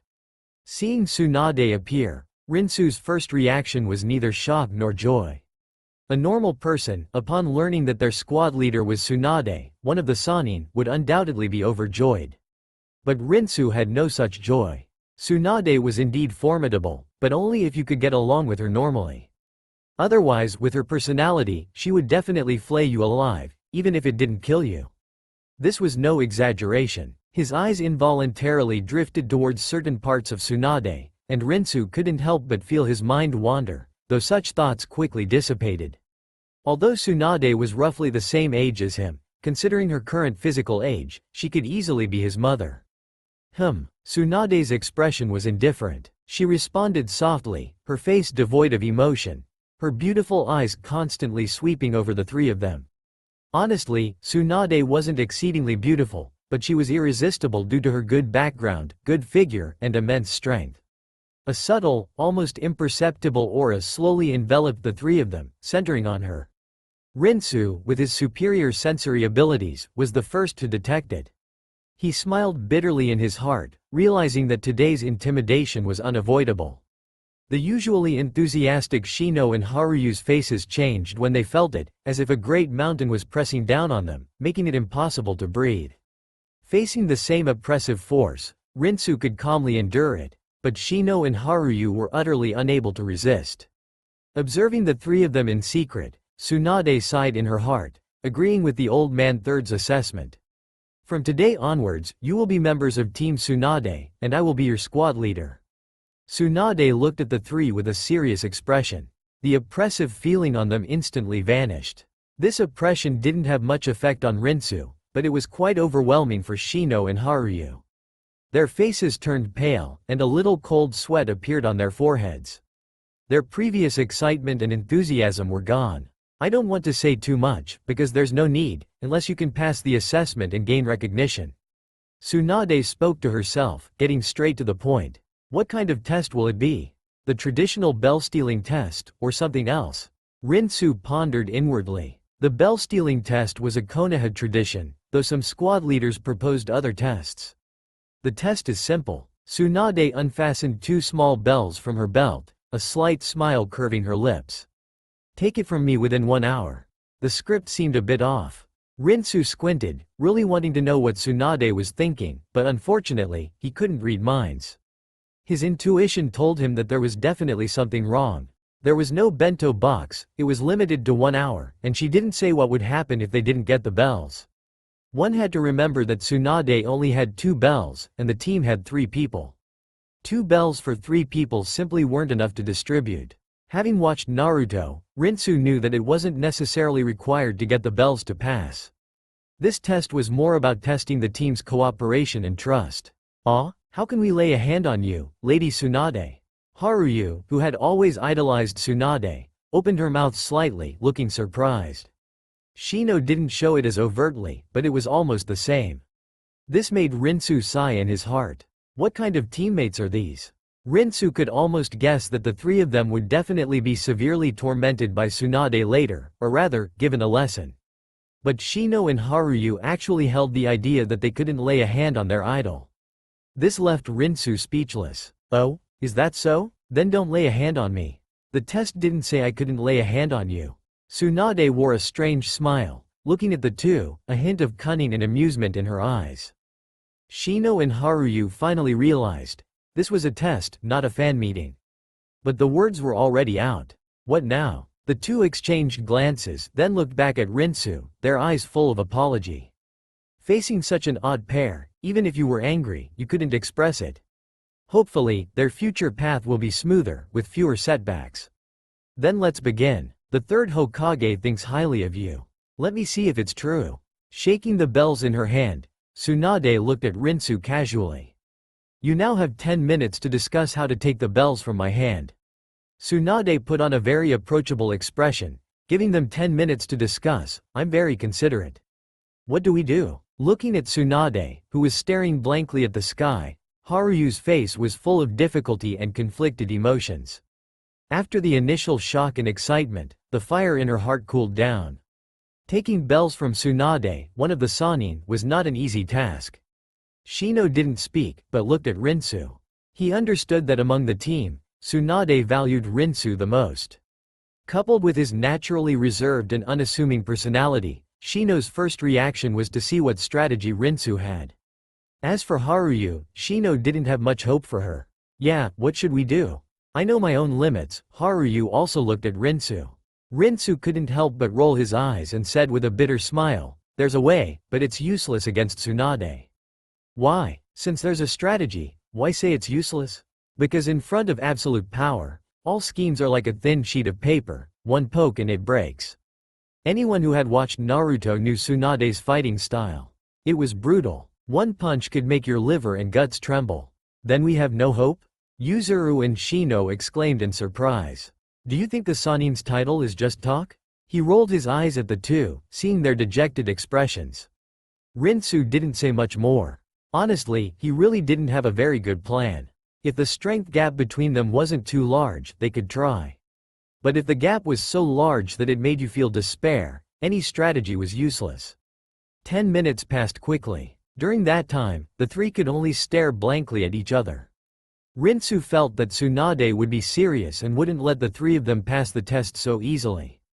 And Shino and Haruyu, having no ideas of their own, were at a complete loss. 10 minutes were quickly wasted. Tsunade, who was staring blankly at the sky not far away, heard every word of their conversation without missing a single one. When Shino and Haruyu, having no ideas of their own, deferred completely to Rinsu, she felt a bit disappointed. However, Rinsu's analysis made her think a bit more highly of him. "Alright, time's up. Show me everything you've got. Let's see what you've learned in the Ninja Academy." 10 minutes may have felt like a fleeting moment to Tsunade, but for Rong and his teammates, it was an agonizingly long wait. Most graduates from the academy faced this internal conflict. They hoped for a powerful teacher to lead them, yet dreaded the difficulty of passing such a rigorous test. At this very moment, Rong and his team were caught in that exact predicament. Hanging the bells on her waist, Tsunade casually beckoned them with a flick of her hand. "What do we do?" Shimura Otto and Haru Yuru instinctively turned to Rong, who responded with an exasperated expression. "Come on, I'm not a miracle worker, alright?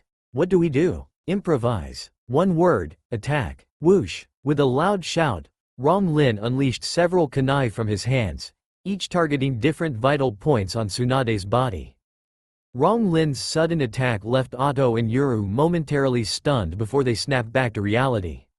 As teammates, while Rong had already launched his assault, they were still frozen in place, an obvious sign of poor teamwork.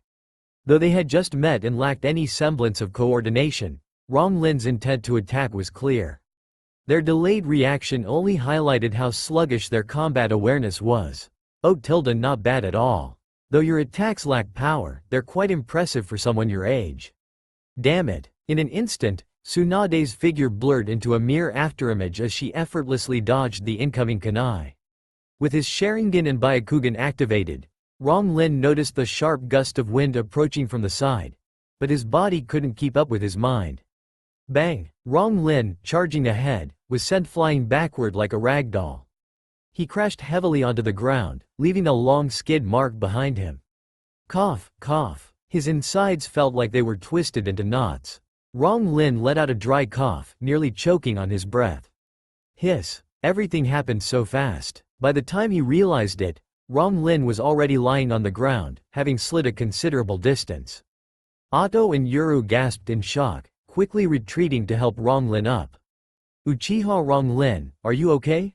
Do I look okay?" Rong stared at Tsunade, who stood nearby as if nothing had happened, utterly speechless. "It's just a test, right? Does she have to be this serious? If every teacher acted like this, hardly anyone would graduate." He knew that if the instructor wasn't satisfied during the evaluation, the students would simply be sent back to the academy to try again next year. It seemed this test was specifically targeting him. Tsunade's gaze lingered mostly on Rong, making it clear that this wasn't so much a team assessment as it was a personal challenge for him.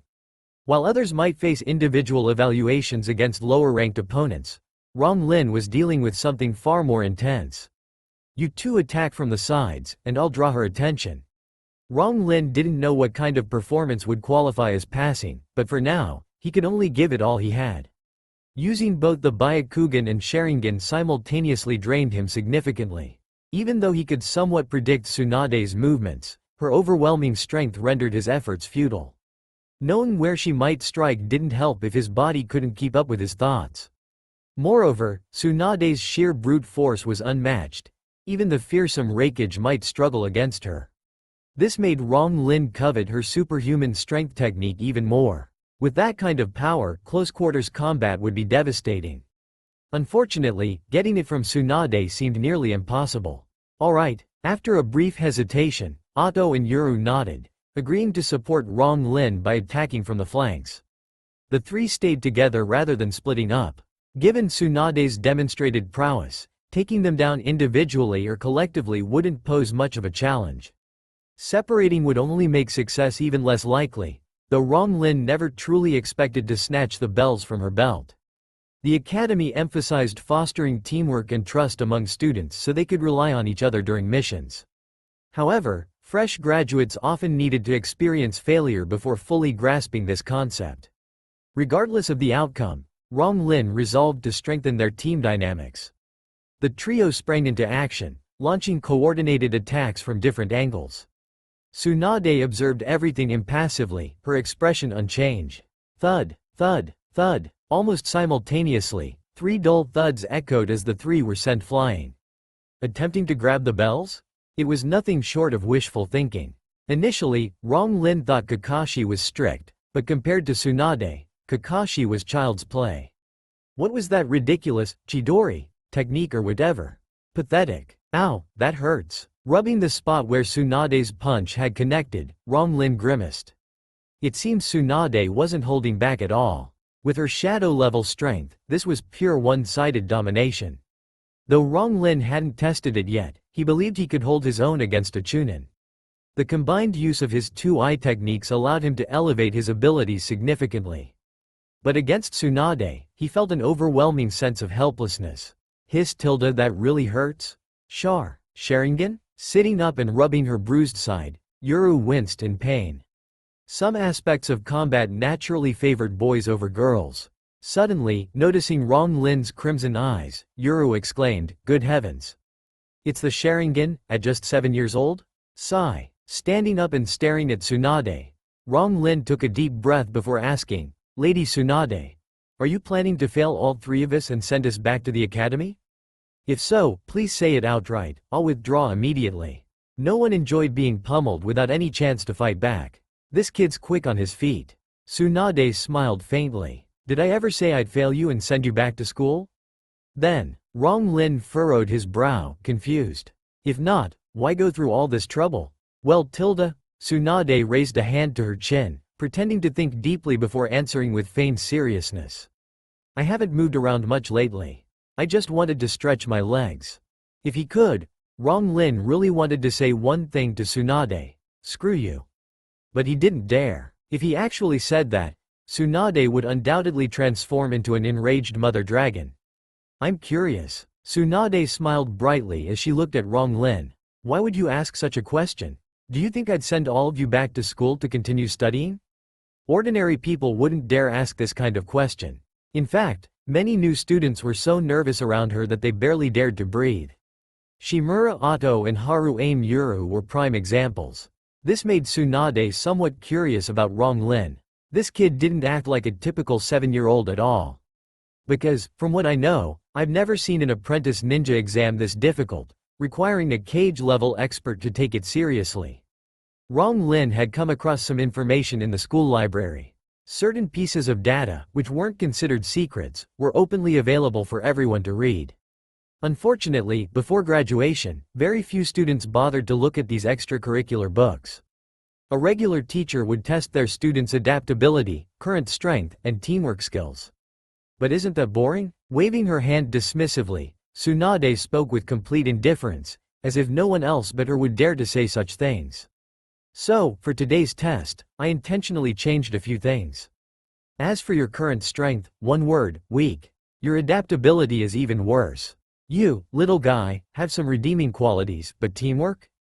Honestly, that's not something a bunch of kids who've only known each other for less than half an hour can achieve. Shaking her head regretfully, Tsunade twirled a small bell in her hand, a playful smirk on her face.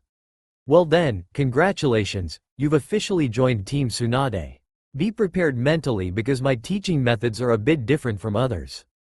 Go home and rest now, pick up your forehead protectors, and meet here tomorrow morning. As Tsunade yawned and left the training ground, Shimura Otto and Haru Amuru looked utterly confused. What did this mean? Did they pass? She really didn't hold back. Rong Lin muttered under his breath, though the excitement in his eyes lingered. Deep down, Rong Lin was someone who craved battle. See you two tomorrow. Rong Lin turned away and strode off confidently. Hey! As Rong Lin walked away, Shimura Otto and Haru Amuru were left dumbfounded. It seemed the three of them had passed the test, but what time were they supposed to meet tomorrow morning? Tsunade-sensei hadn't specified. Not specifying the time was one of Tsunade's most infuriating habits. If she arrived early, she could say they were late. If she arrived late, she could say they were too early. Either way, she'd always be right, and there'd be no room to argue. As for her different teaching methods, Rong Lin could only hope she wouldn't drag the three of them to hot springs or casinos. Tsunade hadn't lied. Rong Lin went directly to the Hokage's office building and collected his forehead protector. Team Tsunade was officially formed. However, the news of Tsunade taking on apprentices hadn't spread widely yet. Only a handful of people knew about it, the participants themselves. Even Jiraiya and Orochimaru, the other two members of the legendary Sannin, hadn't heard the news yet. Orochimaru was busy with various experiments. Unless necessary, you rarely saw him in the village. Jiraiya, on the other hand, could often be found wherever there were hot springs, or by the river behind the village. These places were popular spots for bathing beauties. I've become a rookie teacher today. Team Tsunade has been formed. Inside a modest-looking tavern, Tsunade sipped her drink delicately and spoke nonchalantly. Orochimaru paused, a faint smile curling the corner of his lips. He remained silent. The boisterous Jiraiya's eyes widened in shock. When did this happen? Why didn't we hear anything about it? It happened a few days ago. The third specifically requested me. Her voice carried a hint of frustration and anger. Truthfully, she didn't want to take on this task, but she had no choice. Are there any special kids? Orochimaru hit the nail on the head. Without a promising candidate worth nurturing, the third wouldn't have asked Tsunade to take on the responsibility. This batch doesn't seem to have any outstanding kids. The next batch has Kakashi Hitaki, who's quite remarkable, but he graduated too early.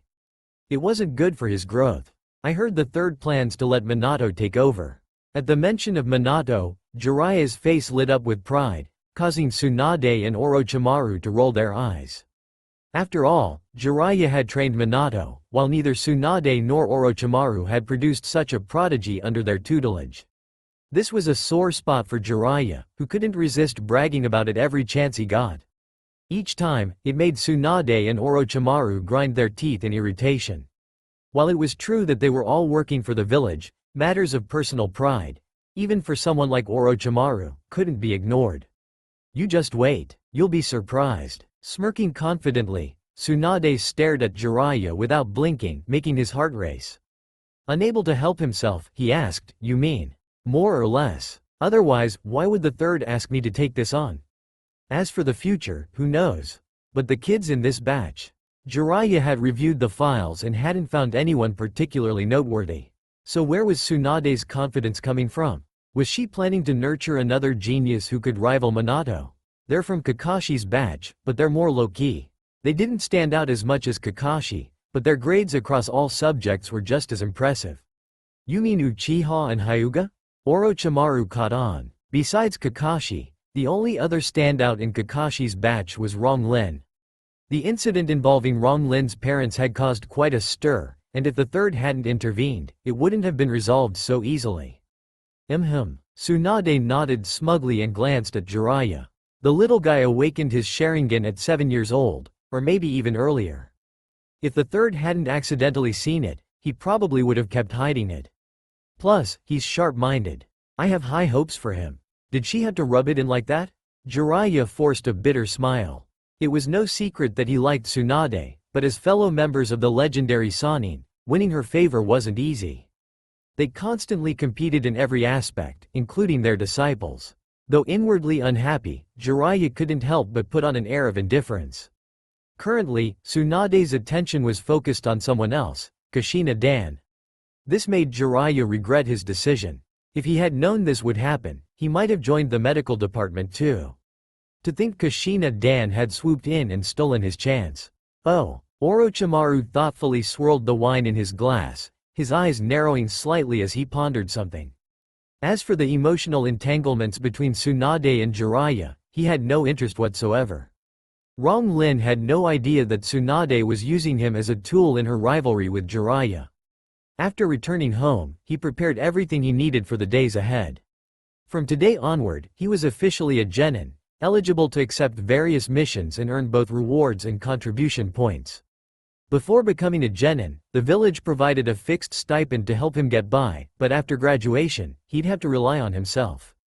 Although genin could only take low-level D rank or C rank missions, it would be enough to ensure his livelihood. Aside from money, the most important thing was contribution points, which could be used to learn new jutsu. Of course, if Tsunade were willing, she could help him obtain them. However, Rong Lin didn't think he had enough charm to make Tsunade go out of her way for him. In reality, each of the Sannin had their strengths and weaknesses. Jiraiya excelled at mentoring students. Orochimaru, though dark and unpleasant in many ways, was the best choice for learning advanced techniques. As for Tsunade, Rong Lin felt she was more suited to being a powerful backer. Everyone had their strengths and weaknesses, no one was perfect. Having a solid support system within the village was crucial, so being part of Team Tsunade satisfied Rong Lin greatly. Before today, Rong Lin had hoped for a competent Jonin instructor, but who would have guessed it would be Tsunade herself. The news that Tsunade was taking on apprentices, and that Rong Lin was one of them, quickly spread throughout the village. Tsunade herself wouldn't have gone around broadcasting this, and Rong Lin certainly wasn't the type to advertise it. That left the other two members of Team Tsunade, Shimura Otto and Haru Muru. Particularly Haru Muru, whose loose lips might have been responsible for spreading the word. Rong Lin, do you think Tsunade-sensei will show up soon? It's already 10 o'clock. At the training ground the next morning, the three members of Team Tsunade stared at each other in exasperation. They had all arrived before 6, yet Tsunade still hadn't shown up by 10. Since Tsunade-sensei didn't specify an exact time, she can come early if she's in a good mood or late if she's not. Rong Lin had anticipated this outcome and mentally prepared himself for the wait. Without any urgency, he pulled out a meat pie he had made and began nibbling on it slowly. It seems someone came prepared. Before the frustrated Haru Muru and Shimura Otto could say anything, Tsunade's voice rang out from afar. Upon closer inspection, she looked exhausted, as if she hadn't slept well the previous night. Could it be because of Kushina Dan? Ahem, evil thoughts. Rong Lin immediately banished that thought. Despite Tsunade's carefree demeanor, trying to take advantage of her was easier said than done. Ha told us sorry to keep you waiting.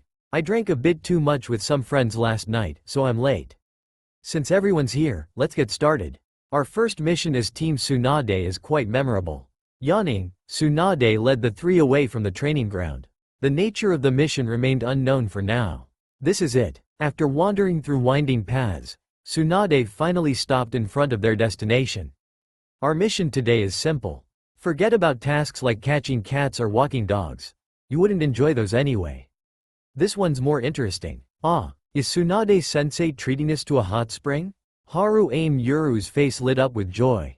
Their destination turned out to be a hot spring inn. What an idiot. We're here for a mission, not to soak in a hot spring. Just wait and see. Rong Lin shot a deadpan glance at Haru Muru and said nothing. Shimura Otto blushed slightly, wanting to speak but holding back, leaving him speechless. Of course. Tsunade smiled broadly, and Haru Muru grew even more excited, mentally giving Tsunade a perfect score. Their first mission as genin was going to be a hot spring visit. How amazing. Of course not. Tsunade's smile vanished instantly, replaced by a stern expression. We're here to complete a mission. Have you ever heard of someone coming to a hot spring to carry out a task? Your job is to clean the hot spring baths. If you consider cleaning a bath soaking in a hot spring, then sure. Huh? Haru Aim Yuru froze in shock. Cough cough. Shimura Otto cleared his throat awkwardly, trying not to burst into laughter. Rong Lin shook his head, pretending not to hear anything. Cleaning the hot spring baths didn't sound appealing. He hoped there weren't too many pools to clean. Compared to this, Rong Lin would rather walk dogs or take on a few random D-rank missions instead. Lady Tsunade, welcome. The owner of the hot spring inn soon appeared, greeting Tsunade warmly. Clearly, they were on familiar terms. Tsunade nodded and gestured toward Rong Lin and the others. Let's get started. Please show them the way. No problem. Also, a private bath has been prepared for you, Lady Tsunade. I hope you enjoy your rest. The innkeeper and Tsunade had grown close over time, mainly because Tsunade loved soaking in hot springs. She often visited, and sometimes even racked up tabs. Thank you. Tsunade accepted without any embarrassment, turning to her team with a reminder. Make sure you clean thoroughly. Otherwise, it'll affect your mission evaluation. You don't want to embarrass me, do you? We'll definitely complete the mission. Rong Lin shouted confidently. Good. Off you go. Tsunade nodded approvingly, liking Rong Lin more and more. With a dismissive wave, she said, get to it. But when the innkeeper revealed the number of baths they had to clean, the 3 members of Team Tsunade nearly fainted on the spot. There were 12 baths in total, big and small, enough to drive them crazy. While the poor Team Tsunade trio labored away, Tsunade was thoroughly enjoying herself. Sipping sake and relaxing in the hot water, her fair skin flushed a light pink as she basked in pure bliss. Damn D-rank missions. After finishing the task, Rong Lin returned home utterly exhausted. He couldn't even muster the energy to continue his usual non-stop training, not because he didn't want to, but because he simply had nothing left. Cleaning 12 baths, big and small, nearly killed him. The other 2 fared even worse, while Tsunade had the time of her life. She soaked in the hot spring, sipped her sake, and only lacked finding a handsome guy to join her for a fun time. In the end, she left the inn completely satisfied. After a full day of hard work, the reward they received was pitifully small. Rong Lin was almost too embarrassed to mention it. Still, the D-rank mission phase was something they had to endure. Soon, the 3 members of Team Tsunade tried their hand at various D-rank missions. They quickly realized that cleaning hot spring baths was actually one of the easier tasks. Some missions were so miserable they made you want to cry, like clearing animal feces from farms. That experience left such a sour taste in Rong Lin's mouth that he nearly threw up his breakfast. As for their teacher, Tsunade didn't even step foot inside the farm. Her reasoning was simple. It smells too bad in there. Tsunade-sensei, what's today's mission? After some time, the 3 members of Team Tsunade no longer held any hope of getting easy and simple missions. It was like dreaming. All sorts of transitional D-rank missions, each one more deceptive than the last. To this, Rinsu could only say, my life has never been glorious, I've always been stuck in a pit.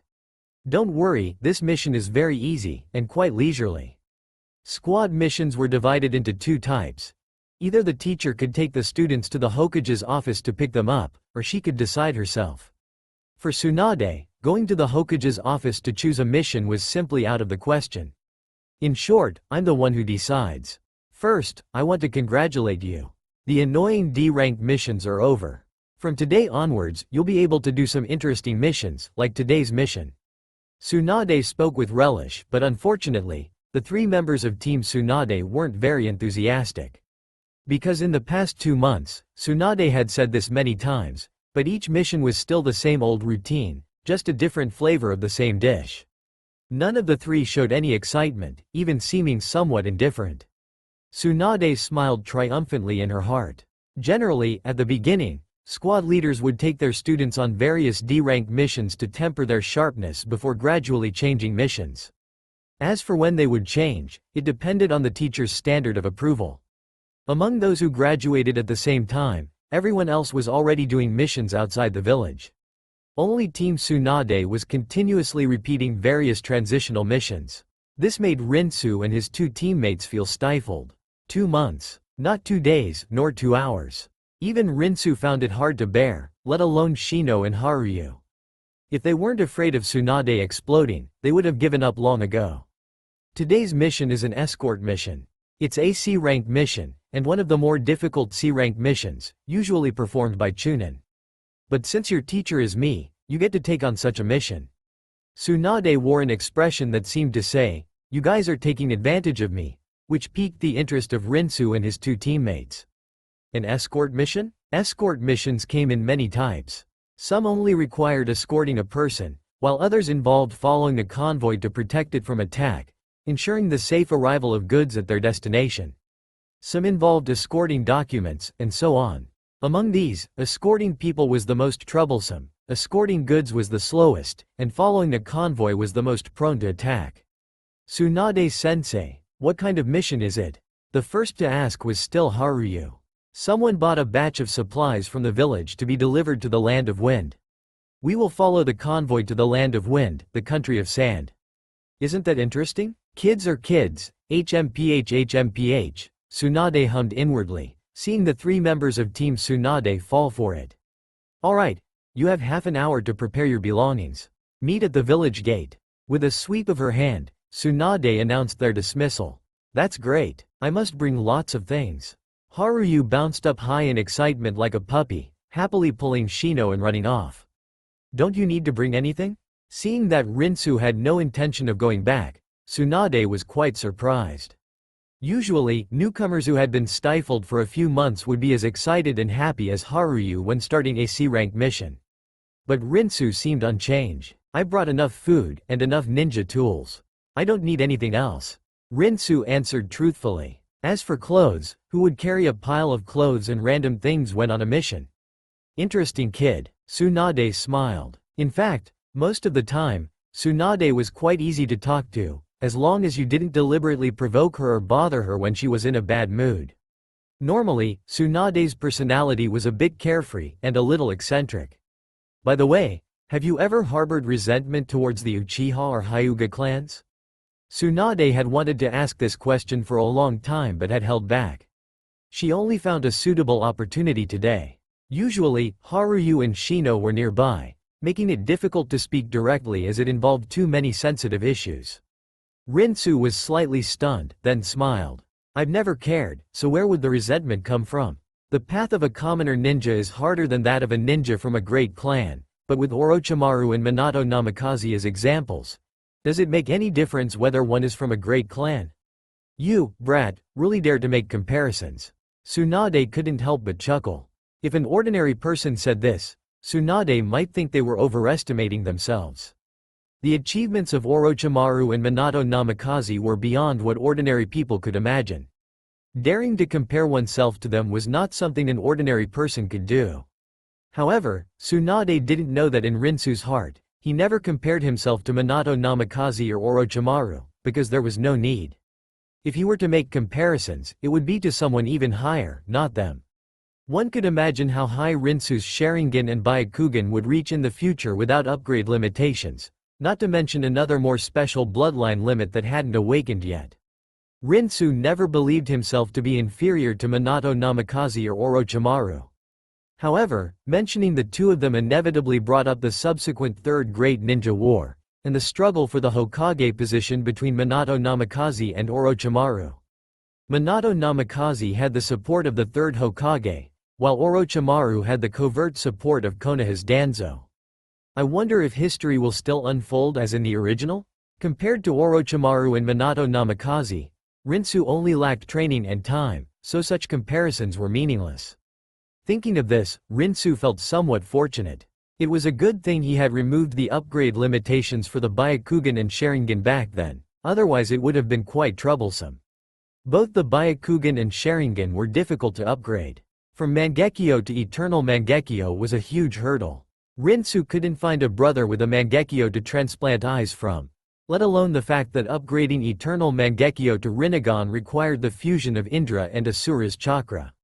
As for the difficulty of upgrading the Byakugan to the Tenseigan, it was probably not much less than the Rinnegans, the moon. Subconsciously, Rinsu looked up at the sky. Unfortunately, the sky was clear and cloudless, he couldn't see the moon at all. How would the bloodline limit that controlled time awaken? This was where Rinsu was currently most puzzled. If this bloodline limit awakened, controlling time, would it mean he would become an ageless and immortal monster? Rinsu was very much looking forward to this. Seeing Rinsu only smile and not speak, Tsunade frowned, her beautiful eyes filled with doubt.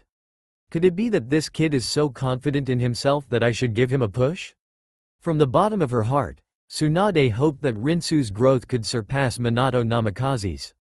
That way, she could really rub it in Jiraiya's face, and it would also benefit the village. If I push him too fast, could it lead this little guy down the wrong path? As Tsunade gazed at Rong Lin's profile, her heart was filled with inner conflict. Suddenly, Tsunade was struck by a jolt of surprise as she stared at Rong Lin's side profile. A ripple of emotion stirred within her, though her expression remained unchanged. Smiling, she asked casually, "By the way, don't you think it's time to trim your hair? If it gets too long, it might interfere with your fighting." How could this be? Could it be due to genetic inheritance from his family? Tsunade found it hard to believe. His hair had grown to shoulder length now, and when viewed from the side, his profile bore an uncanny resemblance to someone.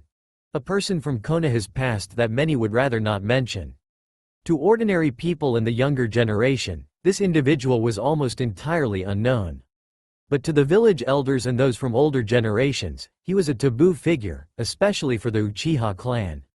Oh, Rong Lin had been so focused on training that he hadn't paid much attention to his appearance. Besides, his jet black hair reminded him of his past life, so he'd simply let it grow naturally. He never expected Tsunade to bring up his hair. Grabbing a strand of it, he blinked curiously and replied, "It might affect my battles, but I kind of like it this way, so I'll keep it." This kid. Tsunade clenched her fists, resisting the urge to punch him. Such confidence. Rong Lin didn't seem to care, but Tsunade grew increasingly unsettled. At first, she thought it was just a vague resemblance, but now, looking closely, it was as if they were cut from the same mold. Except Rong Lin's face still carried a youthful innocence. If any of the older generation were standing here, they would have immediately noticed. From the side, Rong Lin looked like a younger version of Uchiha Madara. The resemblance became even more striking with his longer hair. Could it all just be a coincidence? Such similarities weren't unheard of. Shaking her head, Tsunade quickly dismissed these chaotic thoughts. Uchiha Madara. Yes, Uchiha Madara. Even after all these years, his influence still loomed large. Thankfully, the younger generation knew little about him. Tsunade-sensei. Soon, Haru Aim-yuru and Shimura Ato returned panting heavily, each carrying an absurd amount of luggage. One glance at their overstuffed bags, and Tsunade froze in disbelief. Rong Lin's lips twitched as he turned away to avoid bursting into laughter. Were they preparing for a mission or going on vacation?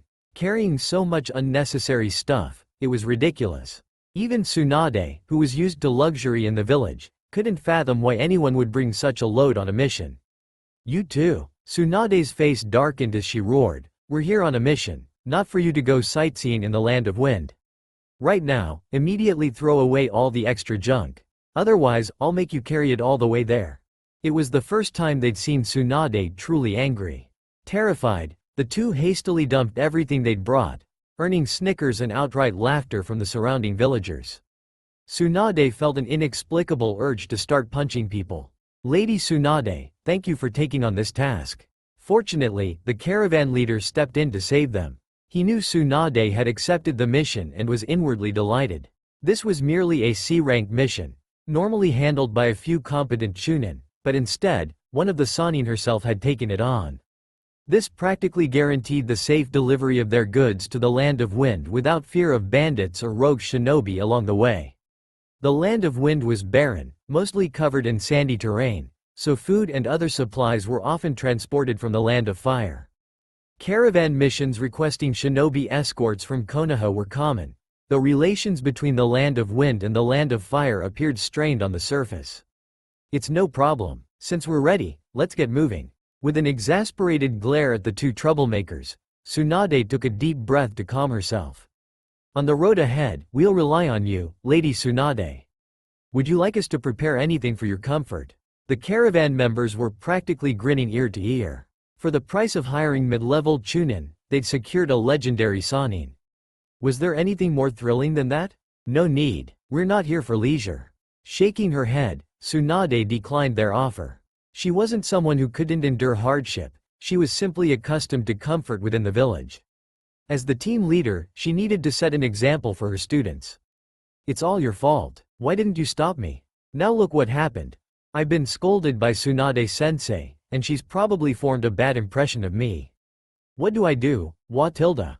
Once the caravan set off, Rong Lin, Haru Aim Yuru, and Shimura Otto sat atop one of the cargo wagons. Yuru whispered accusingly to Otto, who wore an expression torn between frustration and resignation. If he could, he'd have yelled back. How is this my fault? You were the one insisting on bringing all that stuff. What a pair of oddballs, how did they even end up together? Rong Lin shook his head and sat cross-legged on the wagon, focusing on refining his chakra. Despite already possessing an immense reserve, he never neglected the fundamentals. The caravan consisted of over a dozen wagons loaded with food and supplies.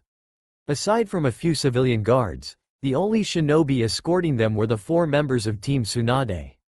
The scarcity of advanced techniques was still his weakness. Sitting on the swaying wagon, Rong Lin didn't feel bored. Instead, he used the downtime to plan his future.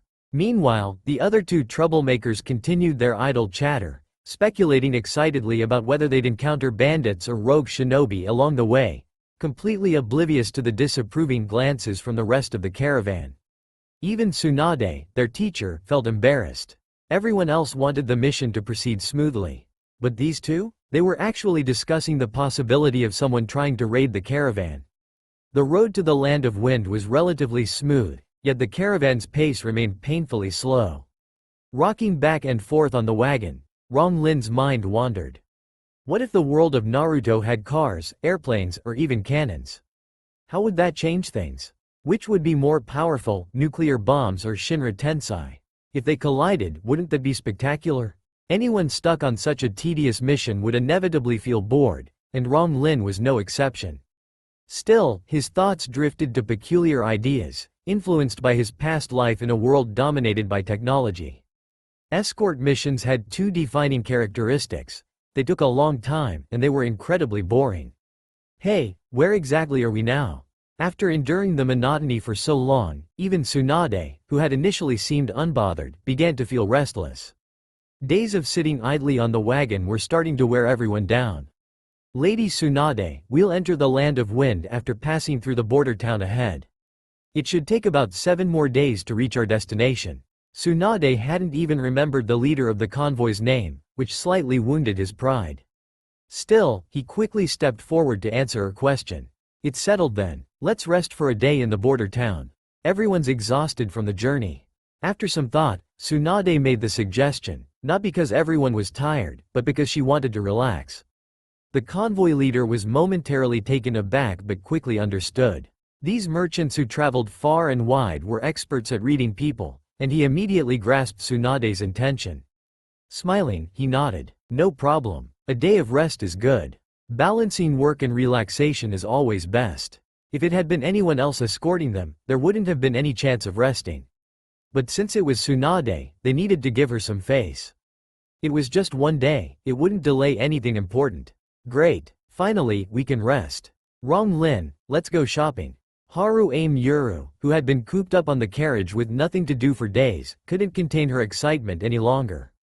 She didn't dare say anything earlier, but now that they had a full day to rest, she intended to make the most of it, walk around, buy things, and enjoy some delicious food. Compared to Konoha, the border town was like 2 completely different worlds. One was lush and green, while the other was covered in sand. The sky looked gloomy, the air was stifling and dry, but for the mischievous duo who had never been to such a place before, it was still quite intriguing. No thanks, you 2 go ahead. I'll just rest. Rong Lin smiled and declined. He didn't want to be the third wheel during their precious downtime. Alright then. Rong Lin's refusal left Haru Aim Yuru disappointed, but she cheerfully dragged Shimura Otto away. I hope you 2 can make it to the end, Rong Lin silently wished as he watched them leave happily. Has anyone told you that you don't act like a 7-year-old at all? Not far away, Tsunade leaned against the carriage, observing Rong Lin. From the very beginning, she had been secretly watching his every move. The conclusion she drew left her feeling powerless. He was clearly just a child, yet he carried himself with such maturity, acting steady, speaking thoughtfully, and behaving more like an adult than a 7-year-old.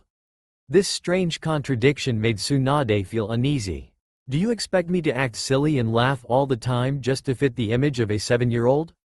Tsunade knew that Rong Lin was aware of her covert observation, but he simply chose to ignore it. Come eat with me. Without giving him a chance to refuse, Tsunade strode toward a tavern on the side of the street. Rong Lin shrugged and followed along. Boss, bring us 2 bottles of alcohol and some snacks to go with it. They found a nice spot to sit, and Tsunade called out loudly. What do you think about this mission? Rong Lin frowned slightly as he sat down, raising his head to look at Tsunade, who was calmly sipping tea across from him. After a moment's thought, he replied, truth or lies? Truth. Tsunade paused, setting her teacup down with interest. She hadn't expected such a response from Rong Lin. 99% of rookies would have answered something bland like, boring, or meaningless. Yet Rong Lin's reply hinted at a deeper level of understanding. The truth is that Konoha truly lives up to its reputation for generosity. Even though they have their reservations, they still sell supplies to Wind Country at low prices, supporting them. And what about the lie? Lie? Rong Lin glanced at Tsunade, puzzled. You really want me to say it? Why not? A faint smile crept onto Tsunade's lips. Isn't it an interesting response? Seeing Rong Lin hesitate, Tsunade pressed further. Don't worry about offending me. Just speak your mind. This is purely an exchange between teacher and student, no hidden agendas. Are you sure? I'm sure. You're certain? Fine. Tsunade's smile vanished, replaced by a stern expression. Rong Lin could tell she was about to lose her temper, so he quickly revised his tone. The lie is that Konoha takes advantage of Wind Country's hardships by selling them large quantities of supplies, using another nation's resources to bolster their own economy and compensate for the financial strain caused by war. This tactic is perfectly reasonable, yet Wind Country has no choice but to accept it because they're poor. Poverty leads to backwardness, and backwardness invites exploitation. In the world of Naruto, strength reigns supreme, but beyond power, money plays an equally crucial role. Among the major nations, Wind Country is the poorest, while Fire Country is the wealthiest. Other great nations dream of seizing opportunities to exploit Fire Country's riches.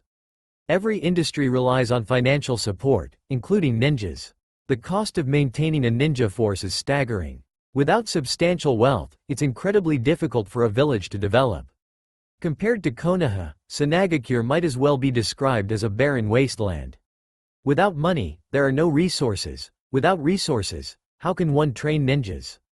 Keep in mind that ninjas are among the biggest money pits. After the Second Shinobi World War, the countries and villages entered a period of recovery. However, Konoha recovered faster than anyone else, and money played a significant role in that. Conversely, Wind Country recovered the slowest. They traded their own grain and basic goods for resources to sustain themselves, a strategy Fire Country and Konoha have employed for years. All talk of kindness and compassion is nonsense when it comes to international relations. There's no room for mercy between nations. Even if Wind Country understands Fire Country and Konoha's intentions, they have no choice but to comply. Their land produces little grain or other necessities, forcing them to rely on Fire Country for purchases. In the end, Fire Country and Konoha always come out ahead. Konoha Village and the daimyo of Fire Country operate separately but are interdependent. The daimyo provides funds, while Konoha protects the daimyo. Both parties need each other. Without the daimyo's wealth, Konoha cannot grow. Without Konoha's strength, Fire Country would struggle. Tsunade unconsciously tightened her grip on her teacup. For the first time, she heard such words from a 7-year-old. Waves of shock crashed through her mind. She couldn't believe that insights into the strategies between nations and villages would come from a child. Had Rong Lin's background not been so clean and his behavior unremarkable, Tsunade might have suspected him of being a spy planted by another nation. What an extraordinary kid! Her expression shifted repeatedly. Finally, Tsunade loosened her grip on the teacup and fixed her gaze on Rong Lin. Did you figure all this out yourself, or did someone tell you? The library allows me to learn more. I must thank the third Hokage. If he hadn't granted permission, I wouldn't have been able to access the school library so freely. That's all for now. If you enjoyed, then please like, share and do comments.